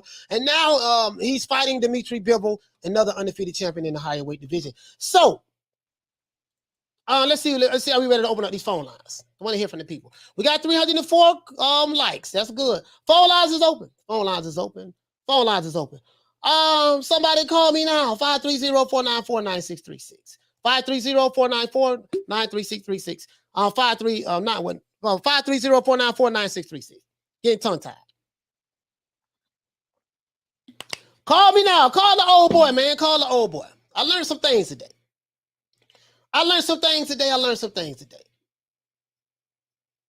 He said, click them resumes, coach. Yes, as a matter of fact, I'm going to click. I will click the resumes, and I'm going to click the resumes of the black fighters as well.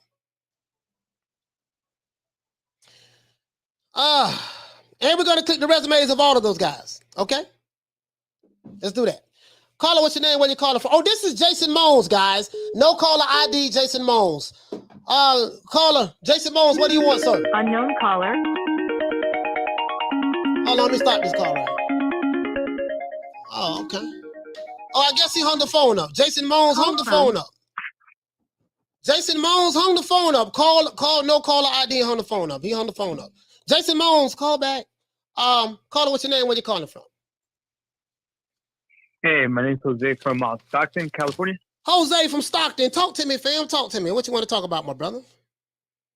Man, great show so far. You know, you putting all the facts, going deep into the resumes and everything. And it's a strong argument because if you think about a lot of people bash on Canelo because he's doing like a Euro trip or whatever they call it, a Euro vacation. But these are undefeated, hard fighters.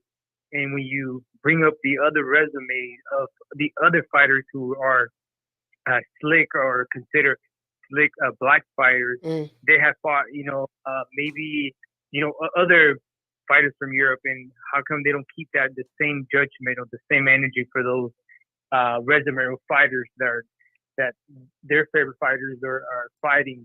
Does that make sense? Because it's kind of messed up just putting Canelo, through that kind of judgment. I mean, I get it. Like, I've done my research on these guys, and what I want you to understand is, I understand. I get it. They don't like the guy, and that's understandable. So again, I'm not a part of the Canelo Defense Fund. They don't like the guy. It is what it is. A lot of these guys are Floyd Mayweather loyalists, Money Mayweather loyalists, and they are pro PBC, and they come from a certain boxing community. Some of those boxing communities that you guys talked about, some of them are over here now. You know what I mean? I know how to take you guys as subscribers and make them come over here and watch me. This is what I'm good at. I know how to take your subscribers and make them come over here and watch me, and then go back to your channels and report to you, so you guys can talk about me like I talk about you. I'm good at that shit. But they come from a certain community, so that's all it is. They just don't like the guy, and I understand that. If they don't like him, they have that right. But my thing is, I want to see, do they have a valid point? Do you feel that the critics of Canelo that says he only fights Eurobombs, he doesn't fight slick black fighters, and now we are hearing from the brother named Big Zan, he's not saying that he doesn't fight slick black fighters, he doesn't fight black fighters with power. So I'm asking him to give me some examples of the slick black fighters or black fighters with power that Canelo is ducking. Can anyone give me an example? And I haven't heard of any yet. So, No, yep. That's true. That's fact. So, man, just keep on doing what you're doing, man. That's bringing everything to the light. And for sure, I think people who are connected right now, they could just see it from, a neutral point of view. That we're not in the Canelo fan base or fanboys. We just, love boxing. We want to keep it fair.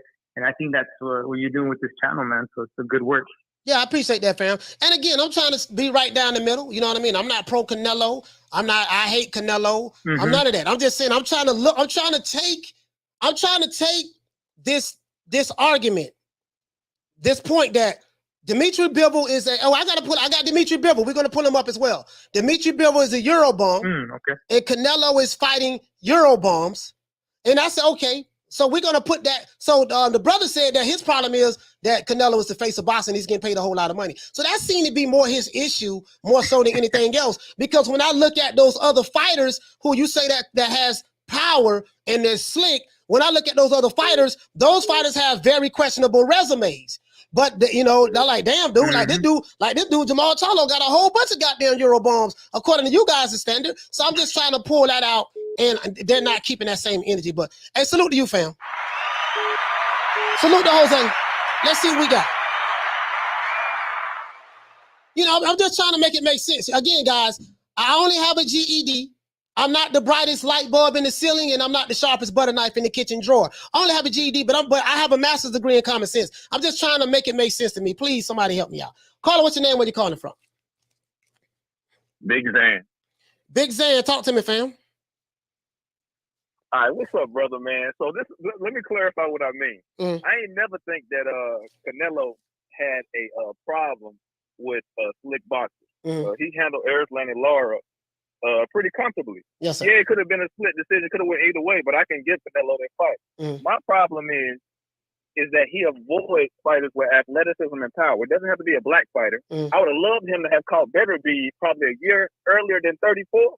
That would have been a prime fight for me. I would love that. He would have had a fan for life. Put him up against anybody, even with the TED problem. Okay. But so if you see Canelo's style now, not when he was younger, when he fought Floyd, he's a lot more technically sound. He's a lot more slick in the ring. He doesn't have a lot of movement. Not like when he fought Triple G. He's slowing down now. Right. So his game plan is to walk through your storm, walk through the offense you're throwing at him, and once it gets to him, you cripple because he has that much power in both hands. If he fights an athletic boxer with punching power, I want to see how that would go. That's what a question mark is. Can you? No, I know. I wasn't specifically talking about you, Zan. What I'm saying is there's this. I don't know if you was here yesterday. Yesterday we had a show yesterday, and a lot of this kept coming up. And I dropped the video today at 2:00, and a lot of these issues came up. I did a poll. I'm going to pull the poll up. Can you give me an example, Zan, of the fighters that you're talking about that Canelo have avoided or is avoiding right now? Can you give me some names so that I can put some names to what you're saying? Give me a fighter or some fighters right now that fits the description of having power, whether they're black or white, that Canelo was staying away from. So we can talk about it's 4 names in general. It's Benavidez. Okay, Benavidez. Benavidez. Charlo, not small Charlo, big Charlo. Okay. Small Charlo, I know he ducked him at one point, and I ain't got no respect for that to say you been small. And you say who else? Benavidez. Big Charlo. Oh yeah, Big Charlo. Benavidez and Beterbiev. Okay. Beterbiev. Yeah. So what Charlo's saying, he don't have all the power in the world, but his athleticism, his way to get out the way, he can get around for 12 rounds. Similar to how Caleb Plant did, but the problem is Caleb Plant ran out of gas. And when that happened, he was basically a sitting duck. You can say arguably up until that round when he got knocked out, he could have been winning. Somebody Caleb Plant. Watch that fight. Yeah, Plant. Okay. That's why people call him a black boxer. His movement is similar to how most African American boxers do. We talking about the Floyd Mayweather. We talking about the Shakur Stevenson. Okay. But when you're talking about that gas tank and that mental energy that you're supposed to keep around 1 or 12, he loses that once he faces turbulence. After he got hit with the first body shot, his whole game plan went out the window. He stopped throwing the jab, all that, because he got hit. As a brother, or another fighter with a different style, because it's some Latin American fighters out there who got similar styles that can get that done too. So I want to stop you right there for a moment. Now we're changing it. I'm not saying you, but I'm saying now we're changing it because the argument is Canelo fights nothing but Eurobombs, and I got a call. I got guys call me all the time, and they say Canelo doesn't fight the slick black American fighters. So every time I ask these, going with the narrative. Right. Every time I ask these guys this, give me an example of any current slick black American fighters that you say that Canelo was ducking. They throw out Jermall Charlo, but Jermall Charlo, and when they say that, I say, well, listen, when Jermall Charlo I got a video where he did an interview the dudes from the Zone, he specifically said, and I showed the video and I have the receipt, that, hey, man, I don't know where people get this saying that Canelo is ducking me. Canelo ain't ducking me. I don't know why people saying that. So the problem I have, my brother, is you have people like yourself that say that Canelo is ducking Jermall Charlo. This is what you're saying about Jermall. The only problem is that same guy who you are saying that for is saying the total opposite of what you're saying. So why is Jermall Charlo saying the total opposite of what you're saying as it relates to Canelo ducking him? I don't understand that. Could you please break that down for me, sir? Oh, no. See, right now, so this is what I can call this. We got right now, we about to see Canelo fight Bivol and then Triple G for around $100 million, right? Yes, sir. Right? Yeah, So, I think that's it. I don't know PBC, exactly how much, but yes, sir. Yeah, PBC just threw an offer at him to fight Errol Spence Jr., Benavidez, and Charlo, right? For $100 million. $55 million guaranteed for Errol Spence for Benavidez and $45 million for the Charlos, right? That's what, according to what Tom Brown said, which is the promoter of the PBC fighters, yeah. According to what he said, that's what he said. So, yes, sir. So right now on your channel, Spence fans, Charlo fans, Benavidez fans, Canelo fans are arguing about the biggest test that Canelo will have. Okay. That being, the media has always thought, Mike Tyson included, all the big guys think Benavidez will be a good test. Yes. You need to go after Charlo. I agree with that. So I agree with Benavidez. I definitely agree with Benavidez. Yes, sir. I agree with that. But you gotta understand now, Benavidez is not black. So we gotta throw that out the window. That's not black. It's not black. Throw it out the window. Throw that out the window. I said any fighter with punching power and athletics. I don't got nothing to do with that. I'm a boxing fan. I'm not a Canelo fan, a Spence fan. I'm talking about boxing. I ain't talking about it ain't a color war, it ain't a race war. I just want to see the best fights at the end of the day. That's so fair. Like I was saying, yes, sir. $55 million for Spence for Benavidez and $45 for Charlo. Right now, Errol Spence is one better way from unifying the welterweight champion of the world. The first in the four bet area. So no matter what nobody says, the biggest fight in the world right now would be if Spence stepped in that ring with Canelo or Crawford.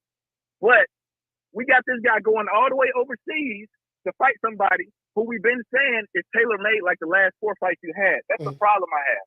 We as boxing fans want to see the biggest, best fight. Spence has the punching power, he has the durability, and he's probably got the best engine in boxing. This is the type of fight we want to see. He's not the slickest guy. He's traditionally made. So Canelo might have a better chance with him than he would have with the slicker guys that we've been talking about on the list. Yes, sir. But we'll never know because you can get the same. Would you want to fight the guy that's on the top 5 pound and pound list with you instead of going overseas and fighting somebody that we never heard of? You know what I'm saying? That's what I'm talking about. That's all I'm saying. This guy right now is top 5 best in the world, debatably. Top 5, no matter who you ask. Both of them. You never heard of Bivol? You never heard of Dmitry Bivol? So, I'm a boxing fan. I know all about Bivol. Right? Bivol got a decent chance of beating Canelo. Yeah. But I'm saying the style that I'm talking about, that's not Bivol. I can see Bivol beating Canelo. Will it happen? No, because I think Canelo is too used to fighting people with Bivol's style. Bivol has good movement. He has very fast hands, technically defensively sound, just like Caleb Plant was. Yes, sir. Just like Billy Joe Saunders was. Just like Smith was. What does he lack? That punching power. His punching power is below 60%, and that's the problem I have. Okay. To get that man some punching power, we're gonna see a different type of fight. That's what I'm saying. So which fighter? So the fighters that you feel that Canelo should be fighting that has the punching power to your satisfaction is Errol Spence, David Benavidez, Jermall Charlo, and Beterbiev. Benavidez, the younger Benavidez, I think right now, because Benavidez showed up in that last fight with that other guy. You know, he got cut up and cracked, but he still came through. I would like to see that right now. A lot of people say Benavidez over the point, but I'd rather see that than a 40-year-old Triple G. You know what I'm saying? Okay. I'd rather see that than a 40-year-old Triple G. Well, we might get that fight because according to sources, what Canelo is saying that if he can beat Dmitry Bivol, he would like to become undisputed at 175. And Beterbiev and Joe Smith Jr. are fighting each other, fighting in a unification match. So basically, whoever wins that fight could be in line, if Canelo can get by Bivol, could be in line to fight each other. So you might get your wishes. But Big Zan, you made your point. This is a platform where people can voice their opinions, how they feel. I have no problem with that.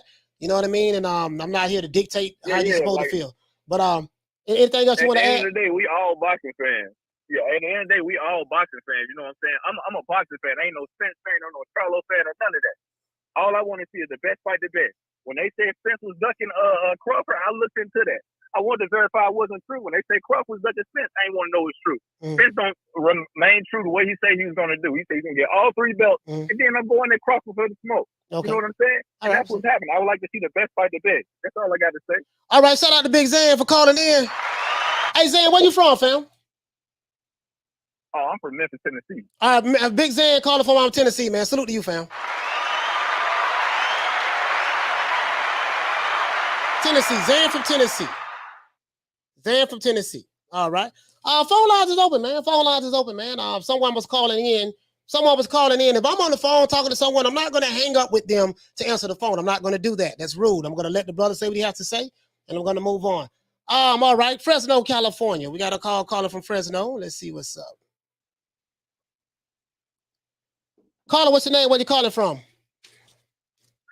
Hey, what's going on, Coach? I'm calling you from Fresno, California. Fresno. What's your name, fam?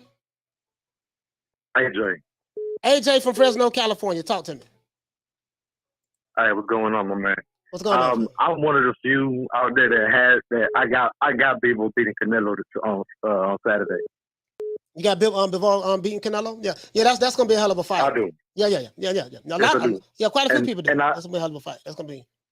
And I'll say it like this: the styles, the classic styles is what I'm looking forward to is gonna be in the mid range because of the fact that Bivol works from the outside to work the mid range, but don't go inside because he's just fucking comfortable being that mid range to outside because he's an aggressive counterpuncher and he throws combinations at mid range.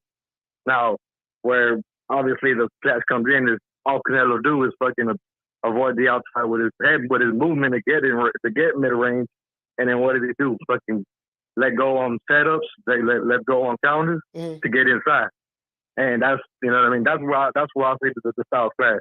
Whoever controls that is gonna win the fight, but it's gonna be a hell of a fight, and it's gonna be very competitive.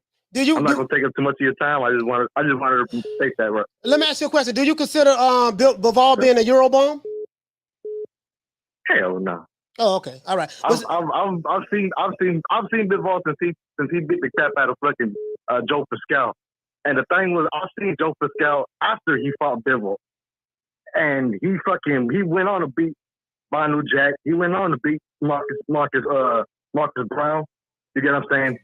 And then after I seen his performance against Sullivan Barrera, he stopped him. You get what I'm saying? But it's not just the fact that he stopped him; it's the fact that he literally outboxed him cleanly. You get what I'm saying? And that's something that even Andre Ward, as good as he was, didn't do. Now, obviously, I mean, you want to count the age on there. It is what it is. But the fact that he beat him so decisively is what impressed me on it.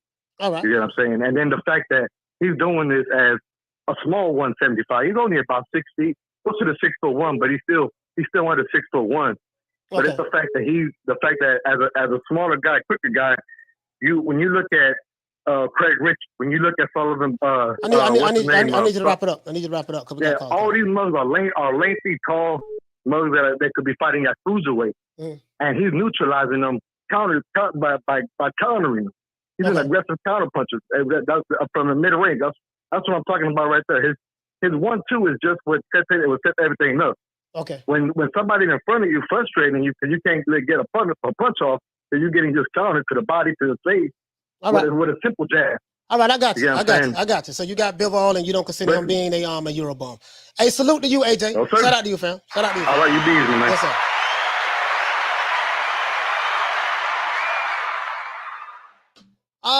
Let's see. Phone lines is hot. Let's see. Yeah, a lot of people don't, feeling some type of way. Caller, what's your name? Where you calling from? Calling from New York. My name is Rob. Rob from New York. Talk to me, fam. So I am what you would call a Canelo hater. Okay. But I'm speaking objectively. So this is probably the reason why a lot of people don't like Canelo, and I'll try to follow up with the whole slick black fire thing that seems to be that narrative. So Canelo's career has been managed perfectly. And looking at it from an outside point of view, a lot of people don't look at it that way. A lot of people don't like the fact that he waited for a while before there was an actual chink in his armor. Mm-hmm. And B, a lot of people feel like he did lose to Eric Landis-Lara. Okay. So from my point of view, I don't think no one beat Canelo at this point of time. But I think a lot of people are just a little bit butthurt just because his career was managed pretty well, and that's coming from someone that doesn't like Canelo. Would you say that there are quite a few fighters that have careers that has been managed very well? Is he the only one that you can think of? Very few. I think very few fighters have been managed the way that Canelo's career has been managed. I would say Andre Ward was probably someone that his career was managed pretty well. I'm saying right now. I'm saying even now. I'm saying even now. Like this today. Like any fighters that you can think of. Like do you see any fighters like in the middleweight division or super middleweight division that may have managed careers very well? To fit your description of what you're talking about. That's been going on with Canelo. Any other fighters that you can think of? That you can summarize. No, I can't. I cannot say that in particular because the fighters that have a decent name right now, such as the Charlos or other such, they've been shielded and protected too much to the point where you have those doubts. So you have to be able to know who to fight at the right time, and that's something that Canelo's team has been able to do for a while. So that's my point of view. Like, for example, you have Devin Haney fighting certain fighters. Of course, you can beat them, but you're not going to see good matchups until the right point is going to come along. That's what I mean. Not saying that he cannot beat everyone in the division or saying that, for example, Charlo can beat anyone in the division. It's just that you fight fighters at the right time. You can't just match up your opponent because otherwise you're going to lose on your cash cow. Do you feel the same? Do you feel that way about Jermall Charlo? What about his career? Do you feel like his career has been managed very well based on his resume? Honestly, no. I feel like after increasing the I feel like Charlo could have been facing more better opposition, particularly other champions. And if you're not facing other champions, then you can't really make a statement or a claim for being the best in either pound, the division, or anything else. Okay. So that's my two cents on that. All right, well, shout out to Rob calling from New York. Salute to you, fam. Phone lines is hot. 530-494-9636. 530-494-9636. I'm gonna summarize everything as well. I'm gonna summarize it as well. Callers, if I am on the phone, I promise you, I will not answer. The phone is free. Call back. If you're watching the show, you see me on the phone. Like, you get what I'm saying? All right. So, Cobra says Bivol is Asian, not European. Hey, man, we're looking at the narratives today, my brother. We're looking at the narratives today. I need you to roll with me Roll with me, Cobra. Caller, what's your name? Where you calling from? Coach, what's up, man? This right side. Right side. Right side. Talk to me, fam. Right side. Talk to me, my brother. Hey, man, right side from Georgia, baby, man. Coach, love the show, man. Love the show. Hey, I was just calling in just to, I was listening to the last caller talking about my boy Dale, and once again, I told you I'm the one holding the boom box in front of the line. You know what I'm saying? But yeah. Nah, man, I'm excited this weekend, man. I just want to say that boxing right now. Look what we've had. Since April, May, what we got going on in June. The Spence fight coming up. The Spence Bud fight coming up, man. Yeah, man. Boxing is in a great place right now. And, man, I just want to call and show you some love. I ain't have too much for you, Coach. I just want to call in and show you some love. Man, I appreciate that, man. Shout out to W right side, man. My brother, man, calling from GA. Salute to you, fam. Appreciate the love. Peace, family. What's going on? It's the boy, Coach Malachi Williams. We have the hottest podcast on YouTube. I want to invite you guys to please join, become a member of the show. A new media today, USA Boxing. You can become a member by clicking the Join Now button next to the subscribe button. You can also become a member by, when we go live, the actual join now link will be pinned to the top of the comments. And you can also click in the description below the actual show or any one of my videos to become a member. Once again, this is Coach Malachi Williams. If you're new to the channel, please join to become a member. It is what it is. If you want to have some fun, come back and kick it, learn about the sport of boxing, and make it do what it do, this is the show to go on. This is the place to be. And this is the family that you want to become a member of. Other than that, please join, become a member now. Yeah, man, you know, I just did that last night. But anyways, man. Hey, phone lines is open, 530-494-9636. Anybody want to talk about this? So now, do you guys consider Bivol is not, he's not Euro, he's from Asia. Okay. All right, so some people, as a matter of fact, hold on. Sorry about that. I almost forgot. I did a poll, guys. I did a poll. Yes, I did. I did a poll, guys. Let me let you guys see the results of the poll. Let's go. Let's see what the people talking about. I like, you know, I'm for the people, by the people, other people. I want to hear what the people talking about. Let's see what the people talking about. We did a poll.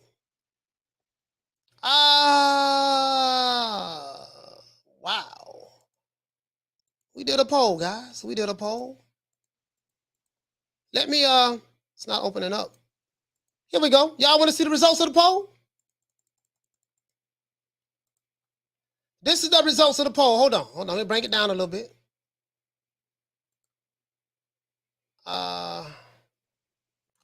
Here it goes. Right here, guys, I asked the question 7 hours ago. As you can see, 7 hours ago, the question was asked: is Canelo fighting another Eurobomb in Dmitry Bivol? What do you think? That's the question I asked. 563 people participated in this poll. Out of the 563 people that participated in this poll, 18%. Hold on, guys. Caller, what's your name? Where you calling from? Troy Graham. Okay, Troy. All right, Troy, be more. Hold on. Don't hang up. Out of 563 people that participated in this poll, 18% says yes, Canelo fights Eurobombs in the name of chasing greatness. 82% said no, Dmitry Bivol is a great fighter and an undefeated champion. So there you have it. This is not what I'm saying. This is what 563 people who participated in this poll has said. This is what they said. Troy, talk to me. Talk to me. Troy Graham from Be More. Hey, how you doing, Coach? Listen, I got a question for all those folks who say you don't fight slick black boxers, you don't fight black punchers, you don't fight black, period. When is the last time that Charlo fought a black fighter? When? Allow me to help you. 2016. A whole 6 years ago. So I guess the same rules apply to Charlo now, right? No, the rule doesn't apply to Charlo. It's the rule doesn't apply. John? It doesn't. I can tell you that now. It doesn't. So wouldn't common sense tell you, okay, well, why don't I just go fight his opponent and then they could gauge me based on how I look against his, that I'm really the better fighter. That's common sense. But no, wait a second. That makes too much freaking sense. Why don't I just sit here and fight once a year, and then complain? And he's not even complaining. It's his stupid fans that are complaining. They're complaining. They like that. They're just complaining, and they're exhausting. Sports about the sport's 2 men in the middle of the ring, and it's the competition. All this diarrhea in the mouth and this yaga. It don't mean anything at the end of the day, because at the end of the day, you got those 2 men that are going home. They're going to get paid for their skills, and you're going to be left arguing over nothing. Geniuses. I cannot stand these folks, man. It's just tiring and boring, and that's the whole thing. All right, Troy. All right, Troy. Thank you for calling in. You voiced your opinion. Thank you so much, Troy, for calling in. You voiced your opinion. Shout out to Troy Graham calling from Be More. Salute to my brother. Yes, Coach, real quick. That dude Zane took about 5 years off my life, man. That's terrible, man. All right. He should duck He should duck black fans. That's what he should do. Lord have mercy. All right, shout out to Troy.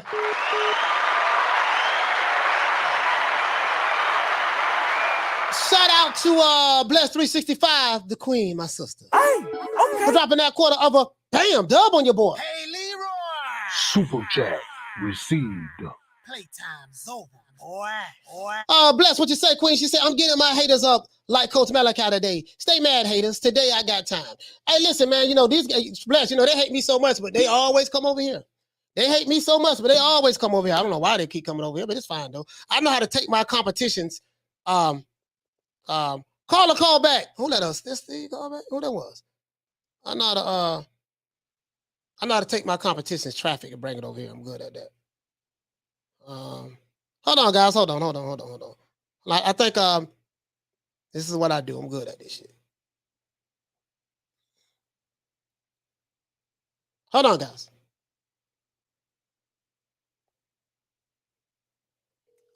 Hold on. I'm trying to see who this is. I think it's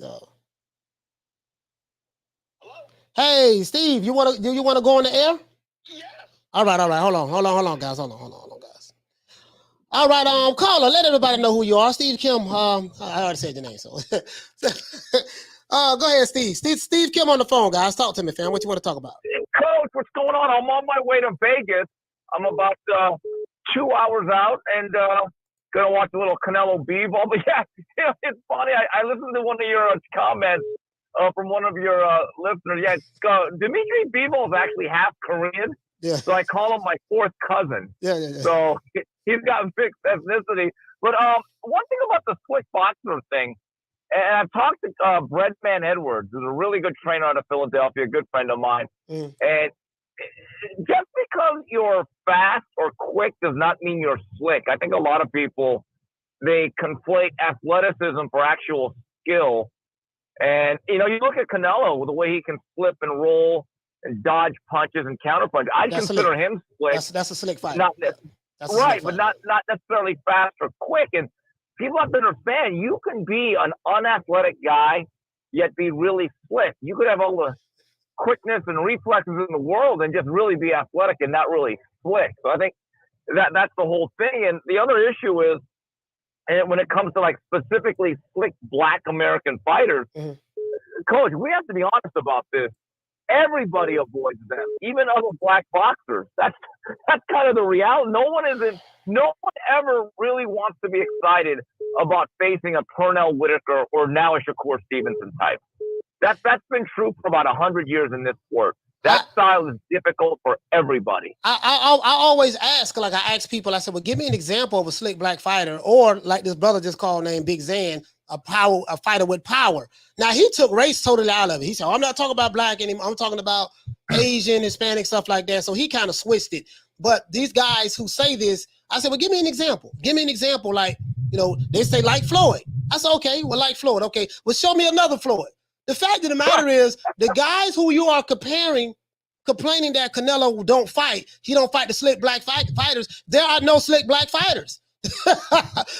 You know, and then if you want to get to that point, you got to go down to Shakur Stevenson, maybe even a Devin Haney or something like that. But that's not in Canelo's weight class. So I said, give me an example of a slick black fighter that he's avoiding from middleweight to super middleweight to light heavyweight. And the answer always go back to Floyd Mayweather, or now it's, well, I ain't talking about the black. I'm talking about just anybody now. So I'm confused. I'm confused. Well, Coach, Canelo is such a high standard. You were getting messages while they were talking about James Toney.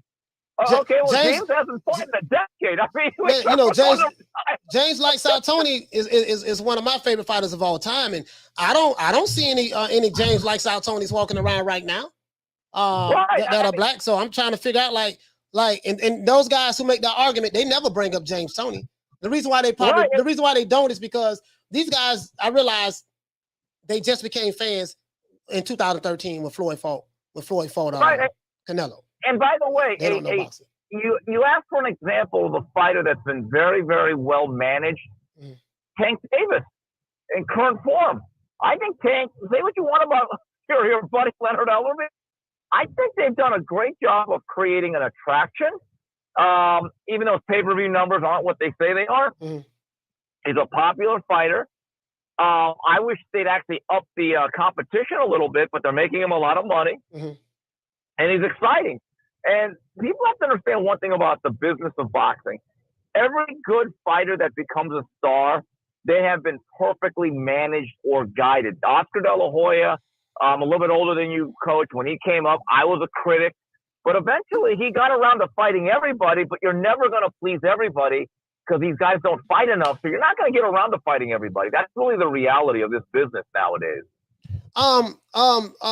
Steve, before you go, are there any examples that you can give me today of a fighter or a plethora of fighters that Canelo Alvarez is actively ducking because stylistically they have too much power, they may be black, they may be slick, whatever argument, narrative combination? Are there any that you can think of? I'm not saying he ducked him, and I see why they didn't fight him because I think the risk.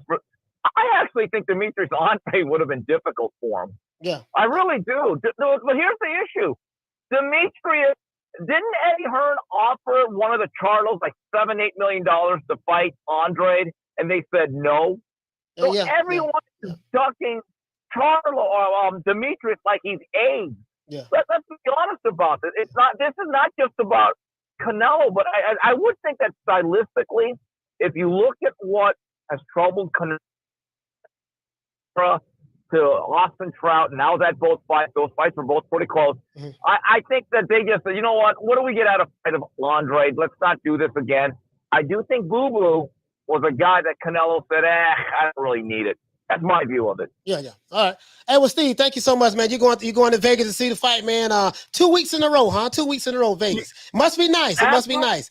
Yeah, it's good. And once again, you are my roadside companion, so I'm going to get off and keep listening to this fine program. Great job, Coach. All right, shout out to Steve Kim, man. And shout out to Mario Lopez of the 3 Knockdown Rule podcast. Salute to those guys. Shout out to Amp for dropping that quarter of a dub on your boy. Hey, Leroy. Super chat received. Playtime's over, boy. Amp says Nello slicker than most black boxers. He incorporated the shoulder roll after fighting Floyd, and he's very smooth defensively. Stop the bias, people. See, I don't think these guys know what slick is, right? Like, again, these guys became fans of the sport of boxing. They follow a certain boxing communities. They are over here in the chat right now. I haven't even seen a lot of them, to be honest with you, but I'm pretty sure they're over here in the chat right now and they're watching the show. So a lot of these guys, they get miseducated. They don't really know a lot about the sport of boxing, and they follow narratives and they're being miseducated. And that's fine. If that's what they want to do, so be it. And a lot of these guys, they really don't know anything about boxing at all. And quite a few of them really have like some low IQ issues. So that's what it is. I get it. I understand. But you notice I keep coming back to, can you give me an example of right now today, a slick black fighter / power fighter who Canelo is ducking? Now, I will say this. My brother Big Zan from Tennessee, he did say that David Benavidez, even though he's not black, but he said David Benavidez, so we're going to move him to the side. He said Jermall Charlo. He believed that Jermall Charlo is that guy that has that power that Canelo is avoiding. He said Beterbiev. Now, you notice David Benavidez, and Beterbiev are not black. So now, then he said Errol Spence. Errol Spence is a career welterweight. He is of the opinion that Errol Spence has the power to give Canelo problems, and Canelo has avoided him. So out of the 4 fighters he gave me, he only gave me 2 that's black. And out of the 2 that's black, 1 is a career welterweight and 1 is a middleweight. And the one that's at middleweight said that Canelo is not ducking him, and this is what he said. I'm sorry? 160 is my weight division. I want to unify. I want to get Golovkin in the ring. I want to bring him to Houston. You know what I'm saying? I want to get Canelo out here to Houston. If they really to come down to 160, this is my weight division. So it's hard for me to make an argument for a guy who they say that Canelo is ducking when that very same guy said that Canelo is not ducking him. And I've been watching boxing for 40 years. I know what a slick boxer is, and there's nothing slick about Jermall Charlo stylistically. When you think of slick, you think of someone who knows how to slip punches in the pocket. I.e. Pernell Whitaker. He was a master at it. I.e. James Lights Out Tony. James Lights Out Tony, he wasn't that athletic. He'll be sitting right in front of you, and when you throw a punch at him, you'll miss him by inches, and he'll come back with the counter, the pull counter, right cross, the poor counter uppercut. He come with the hook, all of that stuff. James lights out Tony. These guys don't know what slick is. And when I ask them, give me an example of what a slick fighter is, Shakur Stevenson is a slick fighter. Shakur Stevenson is a slick fighter. So I just, again, I'm trying to give these guys the benefit of the doubt to try to see. And then we talk about Euro bombs. Okay, cool. Now let's move on to the Euro bombs. When we talk about Canelo fights nothing but Euro bombs, because we hear that a lot. Listen, guys, here goes the poll. Here go the results of the poll. This ain't me. This ain't me capping. This ain't Coach Malachi Williams capping for Canelo Alvarez. As you can see, 563 people participated in this poll. And out of the 563 people, 18% said, yes, Canelo only fights Euro bombs in the name of chasing greatness. So when you hear people say that, yeah, man, Canelo act like he chasing greatness. He ain't fighting nobody but Euro bombs. 18% of the people who participated in this poll believe that. But guess what? 82% of the people who participated in this poll said no. Dmitry Bivol is a great fighter and an undefeated champion. So that tells me that a lot of the 18% that feels this way, more than likely, if I did a poll or a survey and asked them which channels that they rock with, which channels that they get their information from, and do they like Canelo Alvarez or not, more than likely they would say no. And the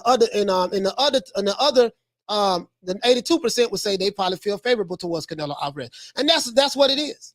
And then I say, okay, when I look at these other guys' resumes that you tell me that Canelo is ducking, especially Jermall Charlo and Andrade resume jumps out at you. In defense of Andrade, like what Steve Kim says, I totally agree. Steve Kim, and I agree with him on this. Andrade is, nobody wants to fight Demetrius Andrade.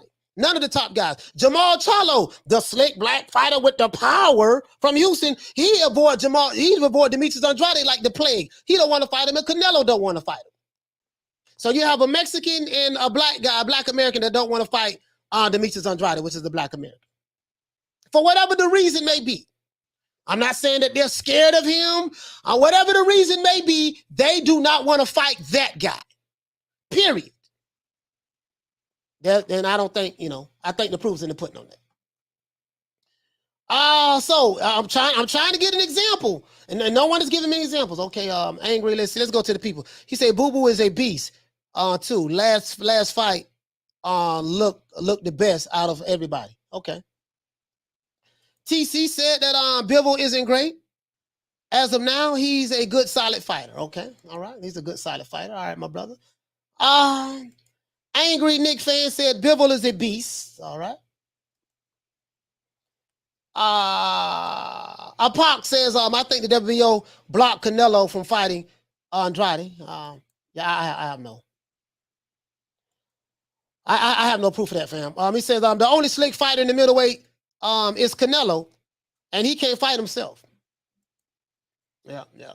Mr. 420, what you say, fam? He said Montiel wouldn't have last 2 rounds with a slick black fighter. Yeah. Slick black fighter or a black fighter with power. So when he said Jermall Charlo got power, I'm like, but goddamn, he went 12 rounds with Juan Montiel. And he went 12 rounds with Sergey Derenchenko. Eurobomb. See what I'm saying? And I'm not calling Sergey Derenchenko a Eurobomb. I'm just trying to make it make sense. I'm just trying to, this is what they say. Caller, what's your name? Where you calling from? Jaime from New York. Jaime from New York. Talk to me, fam.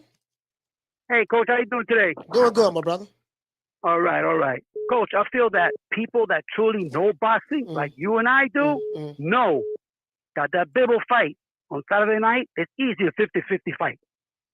Yeah. All right? And it's a much harder fight at 175 than Canelo fighting Charlo at 168. I feel that Canelo will run right through Charlo. And that's all I got to say, Coach. All right. Well, thank you so much. Shout out to Jaime, man. Shout out to Jaime. My brother, let's give my brother a round of applause. Jaime from New York. Yeah, so I'm still coming back to like, give me some examples of some fighters, man. Like, okay, who the slick black fighters or the power punchers right now? Like, and I'm trying to. You say Jermall Charlo went life and death with Juan Montiel. I didn't see where was the punching power at in that fight. Juan Montiel is the same guy that got put to sleep by Jaime Munguia. So I don't even see the power there. I don't see that there. You see what I'm saying? So again, I got a GED. You know what I mean? I'm not the sharpest butter knife in the kitchen drawer. And I'm not the brightest light bulb in the ceiling. I'm just trying to make it make sense. Caller, what's your name? Where you calling from? This is Frank from Texas, from Dallas. What your name is, fam? Frank. Frank from Dallas. Talk to me. Yes, sir. No, I was gonna make it quick. I was just gonna say, a lot of people, they like to say, bring up Charlo as this powerful fighter. But since he moved up, his knockouts have went down. I mean, I know he's only had about 7 fights. This is gonna be his 8th fight. But I mean, he's got less than half of his fights at 160 be knockouts. And who's to say if he moves up to 168 that power is gonna translate? Yeah, I mean, again, and that's if he moves up. For what we know is this here. I know what Jermall Charlo said out of his mouth. He said that 160 is his weight division. And if I don't see him moving up in middleweight, moving up to fight Canelo Alvarez at 168, how are you willing to fight him at 168? You want to know why? If that's the case, it's because Canelo is the draw. He is the one that he's going to make his highest payday against. So now you're willing to move up to fight Canelo at 168. This hypothetically, let's entertain this. But you're not willing to move up to fight David Benavidez, the same guy that's a PBC fighter on the same side of the street as you. You're not willing to move up to fight him. And they say that Canelo was ducking David Benavidez, and that's fine, even though David Benavidez refuted that. But how come Jermall Charlo won't fight David Benavidez? They're on the same side of the street. How come Jermall Charlo won't fight the white boy, a.k.a. White Chocolate, what the dude named Caleb Plant? How come he won't move up to 168 to fight him? So you're telling me in one breath that Jermall Charlo is a threat. He's the slick black fighter. He's the power puncher that Canelo is afraid of and don't want to fight. And he don't want to fight him at 168, while ignoring the fact that that same slick black fighter with power from Houston, Texas, is refusing to move up to 168 to fight his own stablemates, David Benavidez and Caleb Plant. Make it make sense to me, sir. Exactly, and I'm a Charlo fan, boss. That's what I'm saying. I don't see it. The power, it doesn't look like it was the same when it was at 154. But I appreciate it. I wanted to ask one question. I always hear you talking about Shotty Big Nuts. Who is that? That shit funny as hell. Shotty Big Nuts. That's my homeboy from Tallahassee, man. My homeboy from Tallahassee, Florida, man. Shotty Big Nuts. We're gonna need some shirts. We're gonna need some shirts. Yeah, man. Salute to you, fam. Salute to Frank. Calling from Dallas. Appreciate it, boss. Yes, sir. That's all I'm saying. That's all I'm saying, guys. Like, I want to be on your side. I want to be on the F Canelo train. I want to be on the Canelo ducking Jermall Charlo. He ducking Benavidez. He don't want to fight no slick black fighters. He don't want to. Now it's he don't want to fight no fighters that whether they black or not. You know what I mean? That's gonna give him trouble. I want to be on this. I want to be on this train. But then when I look at these fighters outside of Beterbiev, and Errol Spence is a career welterweight, so we can't even bring Errol Spence into this. But outside of Beterbiev,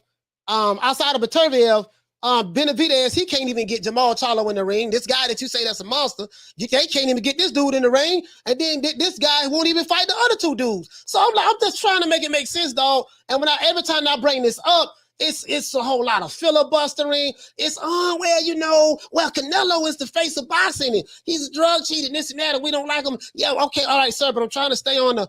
Okay, you saying he fighting Eurobombs? Yeah, he fighting Eurobombs. You do know that Jermall Charlo has literally fought. He's literally. You do know, brother, that the same guy who you say that Canelo is ducking has literally fought what you would classify as Eurobombs. He's fighting Macy Sulecki, who lost to Boo Boo Andrade and Daniel Jacobs. He is Boo Boo Andrade and Daniel Jacobs leftovers. And I think he's from Poland. And then he fought Juan Marcial Montiel. He's from Mexico. Then he fought Sergey Derevyanchenko. He's what we consider the Eurobomb, 13-4. I think he's from the Ukraine or Russia or somewhere over there. Then he fought Dennis Hogan. Then he fought Brandon Adams, the brother who moved up to 154. He went 12 rounds with. Then he fought Matev Korobov. He's from Russia. Then he fought Hugo Centeno Jr. Then he fought Jorge Sebastian Highland. So how you gonna say that in one breath, Canelo fighting undefeated champion after undefeated champion? You say he's fighting Eurobombs while ignoring the fact of that who Jermall Charlo is fighting.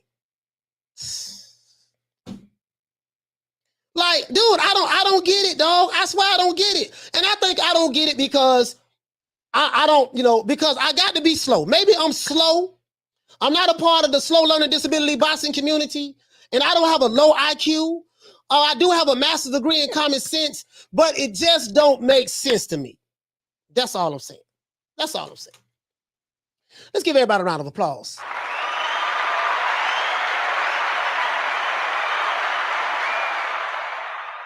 And especially when the guys who you say that he's ducking, the guys who you say that he's ducking, those guys are saying that Canelo ain't ducking me. I don't know why these fans are running around the internet talking about he ducking me. I don't get it, dog. You know what time it is, man. You're begging me not to leave you, and I refuse to let you go. Hey, look here, man. We're gonna do this OJ the Jew Man style. I wanna go ahead and let's do this here, man. Let's go ahead. We always like to represent for the Devin Haney fans. You guys have me laughing, and every time I think of my sister Bless 365, this is what I think about.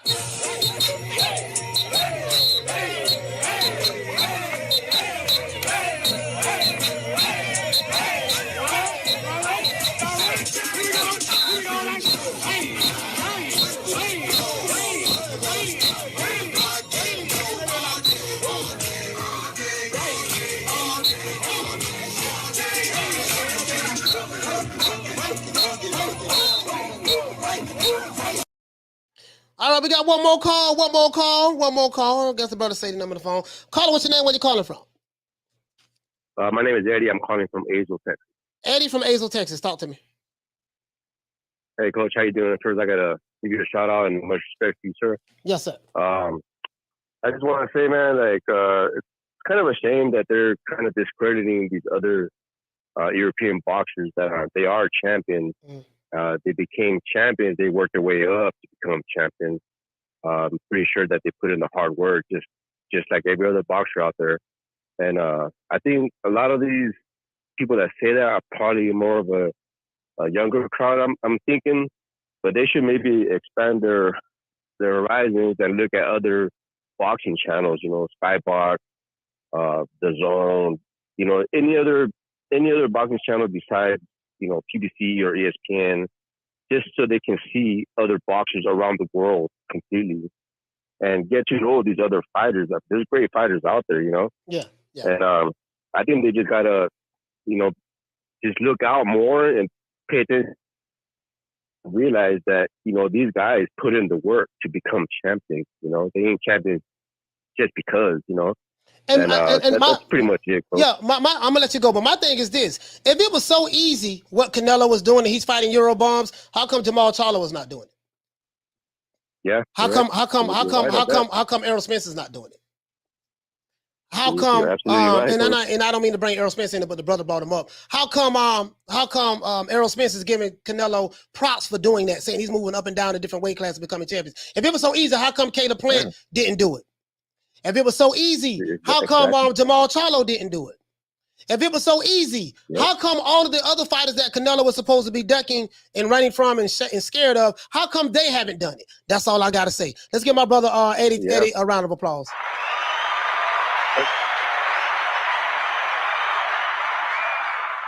It is what it is, man. That's all I'm saying, fam. That's all I'm saying. If it was so easy, how come ain't nobody else doing it? Shout out to Ron Boy Fresh. Shout out to Dantes. Shout out to Chickarelli. What's up, baby? Shout out to Damian Bennett. Shout out to Lonnie Laughlin. Shout out to the Queen Love Green Eyes Pete. Shout out to Charlo. Shout out to Ahmed. Shout out to Knockdown 305. Shout out to Thomas Jones. Shout out to the Queen Ficiana Fights. Shout out to the Queen Misfit. Shout out to my brother Retro Boxing and Documentaries, my brother Blood. Shout out to Schoolo X-Mon. Shout out to Mark Nash from the ATL. Shout out to Rider of the Storm. Shout out to Carl Hansen from Australia. Shout out to Philly Fly from London. Shout out to Agent Big Daddy. Shout out to my sister, man, the Blessed 365. Shout out to Ace Sneed. Shout out to Dr. Paul Evans. Shout out to Mr. Pads. Salute to the Queen Arlette. Shout out to my big sister, Lisa Bales. Shout out to Smith & West, my brother from Detroit. Detroit versus everybody. Shout out to Punch Perfect Boxing. Shout out to Here to There. Shout out to my brother True Gritter 402. Shout out to Malcolm Roach from Houston, Texas. Shout out to my cousin, Hair Hero Elite. Shout out to Jay Rodriguez. Shout out to Fola Bond. Shout out to Philo 58. Shout Shout out to Dean West. Shout out to Jim 82. Shout out to Jim. Shout out to Two Matador. Shout out to Will Sargison. Shout out to Jason Dockery. Shout out to Miguel Chartico. Shout out to the Queen Commissarine. Shout out to Dragon Leg. What's up, fam? Shout out to Kathy W. Salute to Ralph React. Salute to Ronald Finkley. Shout out to AV Sound. Salute to Troy Graham. Shout out to Arnold Muketzi. Shout out to my main man Tony Boswell. Butch the Can Man Cassidy. Shout out to my brother from the O, Major Key Boxing.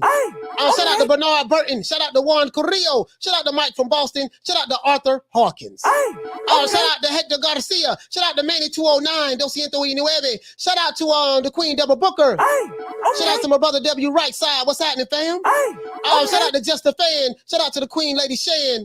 Shout out to Mr. Pragmatic. Shout out to Drummond for Life. Shout out to Javon Soto. Shout out to Kenny Slim 501. Low Key Serious. IC. Shout out to Boxing Fan 101 and Eric Pavic.